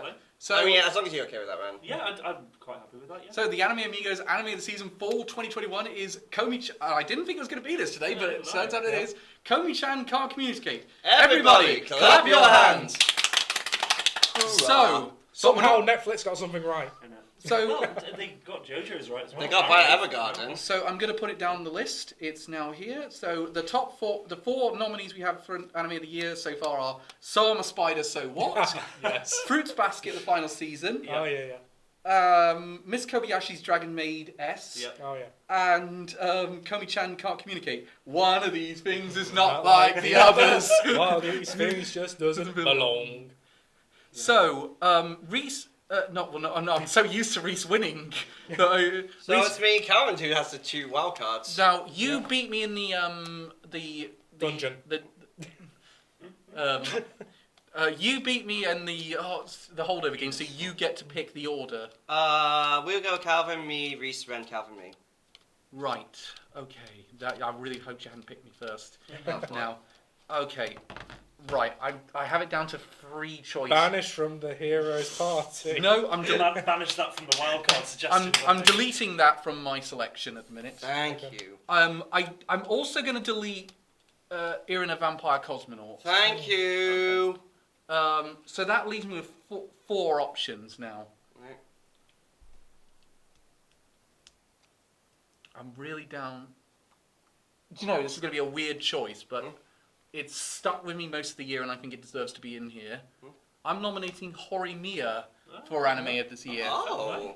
Okay. Interesting. So Horimiya is my first wild card. Yep. My turn. I'm going to go with the very obvious one. I'm going to go with Tokyo Revengers as the wild card. That was in spring, wasn't it? Yeah, it was spring. Yeah. So That's fully out now, isn't it? Yeah, Yes, it yeah, is. it finished last season. And it ends on a bloody cliffhanger. Oh, Jesus. My God. but we should still talk about it. Oh, yeah, yeah. It's finally been confirmed for a 2nd season. So who's Finally! Thank So God! who, Reese or Ren next? Reese. What's this gonna be then? I would say Eden Zero, but that's like 25 episodes. I'm happy to do it. Yeah, I'm happy to I've do it. got to watch pretty much from season 1 ending of Tokyo Revengers. no, well that and Summer Spider, so what? no fucking the one Horimiya. Horimiya. no I need JoJo's. no the second one third one Fruits Basket, fuck me. Jesus, Yes. my brain. I mean, I still need to finish Summer Spider, so what? So So it will be for me Eden Zero then. Eden Okay. Zero, very well. That is spring That's one not as well. very surprising. I'm stuck because I have 2 choices. JoJo's. I could do either Ranking of Kings, which was going to be my if not, but I'm also stuck between. I might do Odd Taxi as well because I love Odd Taxi. Can I say between those two, I really want you to pick Ranking of Kings. Yeah, which is funny because Crunchyroll just said their anime of the year is Odd Taxi. Oh, what? Have they? Wait, have they done the awards? Yeah, no, they was talking about it. Oh, right, okay. Because I don't know, they're both. Personally, I would go with Ranking of Kings. Yeah, because how much we'll get like another. When do we do it? We're doing it in a month's time, aren't we? January, yeah. So we'll get another 4 episodes. So we'll be past the halfway point of Ranking. We're going to be but it's going to be late January probably. So we're going to be quite a bit into that. Yeah. I think Ranking of Kings is a fair. Also, I'm choice. pretty sure Komi's still going into the next season. Okay. Yeah, I think so. So, in anticipation of the acclaim that Odd Taxi is going to get from the Crunchyroll community, I'm going to pick Ranking of Kings. Okay. Okay, I'm going to bring that down there. You're going again, Calvin? Right, I've got 3 options. Minus the Mel, which they are. I've got Fena Pirate Princess. I've got Taisha Tomi Fairy Tale. And I've got Zombieland Saga Season 2. Zombieland, really? Now, as much as I really love Zombieland Saga Season 2, and I think on a technical level, it's the best of those three. We already nominated it once. Yeah. So that leaves... Oh, fucking hell. What? Do I pick Fenner or do I pick Taisha Tomy Fairy Tale to force you guys to watch it? Oh, yeah, pretty sure it says it's at odds to win Anime of the Year. Odds to win. It's currently IGN's actual Anime of the Year. I don't know why Elliot's going with this one, so that's really... I'll say none of yours are my next 2 wildcards. Out of those two, which one would you guys would like more? What are the options? Fenner Zombieland Saga Season 2 or Taisha Tomy Fairy Tale? Do you want me to make you watch something you haven't seen yet, or do you want me to pick something that you guys have seen? Of the ones I have seen, because I haven't watched Taisha Fairy Tale, I would probably go with Zombieland, honestly. I would probably go Zombieland as a stronger entry over Fenner. But let me take Zombieland out of the mix, because I said we've already nominated it once, and I'm not sure. I want to kind of avoid sequels on this list. Yeah. Well, I didn't watch much Fairy Tale, so I don't really have an opinion on it. Same. I only saw a few episodes. I think probably I stopped maybe a bit too early. If you're saying it's as good as it is, Cal. It's really good, but I think... Do you know, I think I'm the only one who liked it, to be honest. I think even if you guys watched it, I think it would be just really me. And I don't think I want to put it in just for it to come at the bottom. Yeah. So I'm going to pick Fenner Pirate Princess as my second wild card. Okay, now I currently have 2 that I'm deciding between. Those 2 being To Your Eternity and My Senpai is Annoying. Actually, no, wait, fuck. Wait, no, 3 actually. To Your Eternity, My Senpai is Annoying, and That's How I Got Reincarnated as a Slime Part 2. Season 2. Oh, yeah. Which one's To Your Eternity? Why have I forgotten that? It's the one with the... It's kid, Fushi. Fushi, Yeah. he's immortal, and he keeps just looking in the world and everyone around him dies. He's able to take the form of other things, like Oh a bear. shit! Yes, yeah. Fuck me. You Wow, know what, wow. actually, this might sound blasphemous for me. I'm going to take Slime out. Ooh. Because as much as I enjoyed the first part, the second part didn't really do much for me, I'll be honest. I'll agree with you on that one. I think the first part is so good and the second part doesn't quite nail it. Yeah, so... Although I will say, Slime Diaries is my ED of the year. Yeah. Slime Diaries is very good. Join us! No, I'm not sure between those 2. What were the other 2 again? To Your Eternity and My Senpai is Annoying. Oh, that's a very hard one. Because I had a lot of fun watching My Senpai is Annoying, but I think for impact, To Your Eternity is good. Well, which one? Well, I know Ren's choice out of these 2. My Senpai is Annoying or To Your Eternity. Well, I'd go for To Your Eternity personally. yeah, I'd probably go to Your Eternity.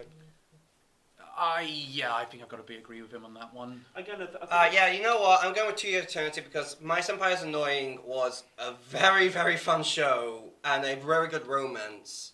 But at the same time, but then To Your Eternity, it had amazing characters, a phenomenal story, and it's done by the same person, which you expect because it's done by the same person who did a silent voice. Mm-hmm. And I feel like overall it will leave more of an impact. So as much as I love My Senpai is Annoying, I'm going with To Your Eternity. So we have our 10 nominees Yeah. in what I think is release order. I need to go back and check this.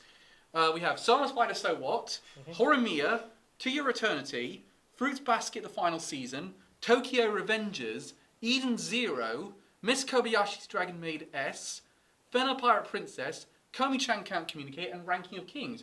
Yeah. No joke, I think this might be our best selection ever. I think it is. Yeah, Honestly, right. yeah. Like, seriously, that's good. I think one of my wild cards is going to come bottom of this list. I think I'm going to be the Elliot this year. Probably. Well, I don't know. It depends how much you guys like Eden Zero. I really like Eden Zero, but I I'm like not Eden Zero. It's about there. Which was the one you went for again, Ben? Ranking of Kings. Yeah. So, how do you guys feel about that list now? I am very happy. Yeah, it's a very solid I'm list. going to look forward to watching these again, I think. Do you know the one I'm really... the only one I've got to finish here is obviously Ranking of Kings, Komi, and... Ranking of Kings and Komi because they're still airing. I have to finish. The only one I think I really have to finish is Someone Spider So What. All the others I've seen. Oh my god, this is going to be so hard to Yeah, choose. it's gonna be really I still think Summer Spider So What did... not... Yeah, But God, can you imagine if we had picked Wonder Egg priority now? Oh Jesus, no. We dodged a bullet Do you there. think do you think we would have been allowed to change it? No, not with my rules. I think. Yeah, once it's locked in, it's locked in. But I will say, Summer Spider, so what? I'm not upset that got the win. Especially just off that first season alone. Yeah, I'm not. Well, I do admit the second part does go down compared to the first part. I am not upset by that. I do think Horimiya. My choice for Horimiya really was because I felt we didn't quite give it its due at the time, and I think the reasons we were down on it are not that applicable now. In hindsight. You say that Horimiya is my anime of the season. Yeah, it was, but I think the reason why we didn't pick it was because of the way it ended, and we felt like there were things that were skipped in some of the story. I mean, it kind of was. It just skipped right to the end of the manga. I will say though, I think. In retrospect, now that we've had more time, and this is one of the reasons I like the wildcard rule, most of those points don't really matter anymore. Yeah. I couldn't justify any of the other ones. Yeah. I could justify Fenner, I think, in the end. And I think it's also going to piss off the people that hate it, because I think they're wrong for hating it. Also, can I just quickly say, I'm so sorry, Rimuru! I'm so sorry! I wanted to put you up there, I really did! Yeah. Look, they know how much... I will say, I think this is going to be... You were the best isekai that come out this year. Genuinely, these 10, it's going to be the closest ever. Yeah. Oh my god, it really is. Can I point out something I've realised we've forgotten for the anime for the season? Lupin the Third? I didn't watch it. It was a high dive. It was a high dive exclusive. That's why none of us watched it. Also, I just didn't. I haven't seen any of the other parts for Lupin the Third. It's episodic. It's so episodic. You wouldn't need it. Okay. Ba ba ba ba da da da da da. I would have liked to have watched that. Yeah, I think though overall this has been the best year we've done since starting the Anime Amigos. Without a doubt. In terms of picking our anime of the year, there's not going to be a Knights and Magic. There's not a Darling in the Franxx. There's not a The Day I Became God. You guys are not gonna let that go, are you? No. I'm not gonna let go of the Darling in the Franxx thing either. Yeah. Hey, I was on shouting it down. No, I liked it. I liked Darling in the Franxx. I'll give you that. Says the person who did give it the wild card. Yeah, because at that point we didn't know. Yeah, I think that's the... No, it wasn't winter. It was winter. Let's leave it there. The point is, you're gonna. That's okay, Elliot, because my two are gonna bottom the list, and then I'm gonna become the new you. No, I don't think so. I do still really like Horimiya and Finn the Pirate Princess. I'll be interested to see if Ranking of Kings comes out with enough that sways you guys away from Komi. Because at this point, obviously, we will see, but Komi is still going to be going. It did score higher. Yeah. So, for the final time from this location, which is mad. We've been doing this in this room for 5 years. It's funny that none of us have left this room in 5 years. I mean, it's amazing that we've actually just managed to... We've just been eating rats from in the corner. Yeah, because we've been in this long. Graham's growing a beard. I mean, I've been living... 5 years! I mean, I've been living off rats, Reese's been living off wallpaper, Ren's been living off Calvin's ass, yeah, exactly. And I've been living off Ori copies. He's embraced it! He's embraced it, everybody! And on that joke, it's genuinely... No joke, genuinely kind of somber that this is possibly the last time we're recording here. Yeah, 5 years. At least I don't have to do the stupid poster thing every time. I mean, fair. Next to this radio. I know first we used to record over in that bit with all the posters. Oh, yeah, do you remember the sofa? I rewatched one of our first. Oh my god! I was squished. Oh my god! I was so uncomfortable. So sweaty. We did that. We did it like that up until episode 8, really. Guys, let's stop here so we can have a game of Mario Party. Okay. Thank you very much for joining us. Goodbye, everyone. Arigatou gozaimasu!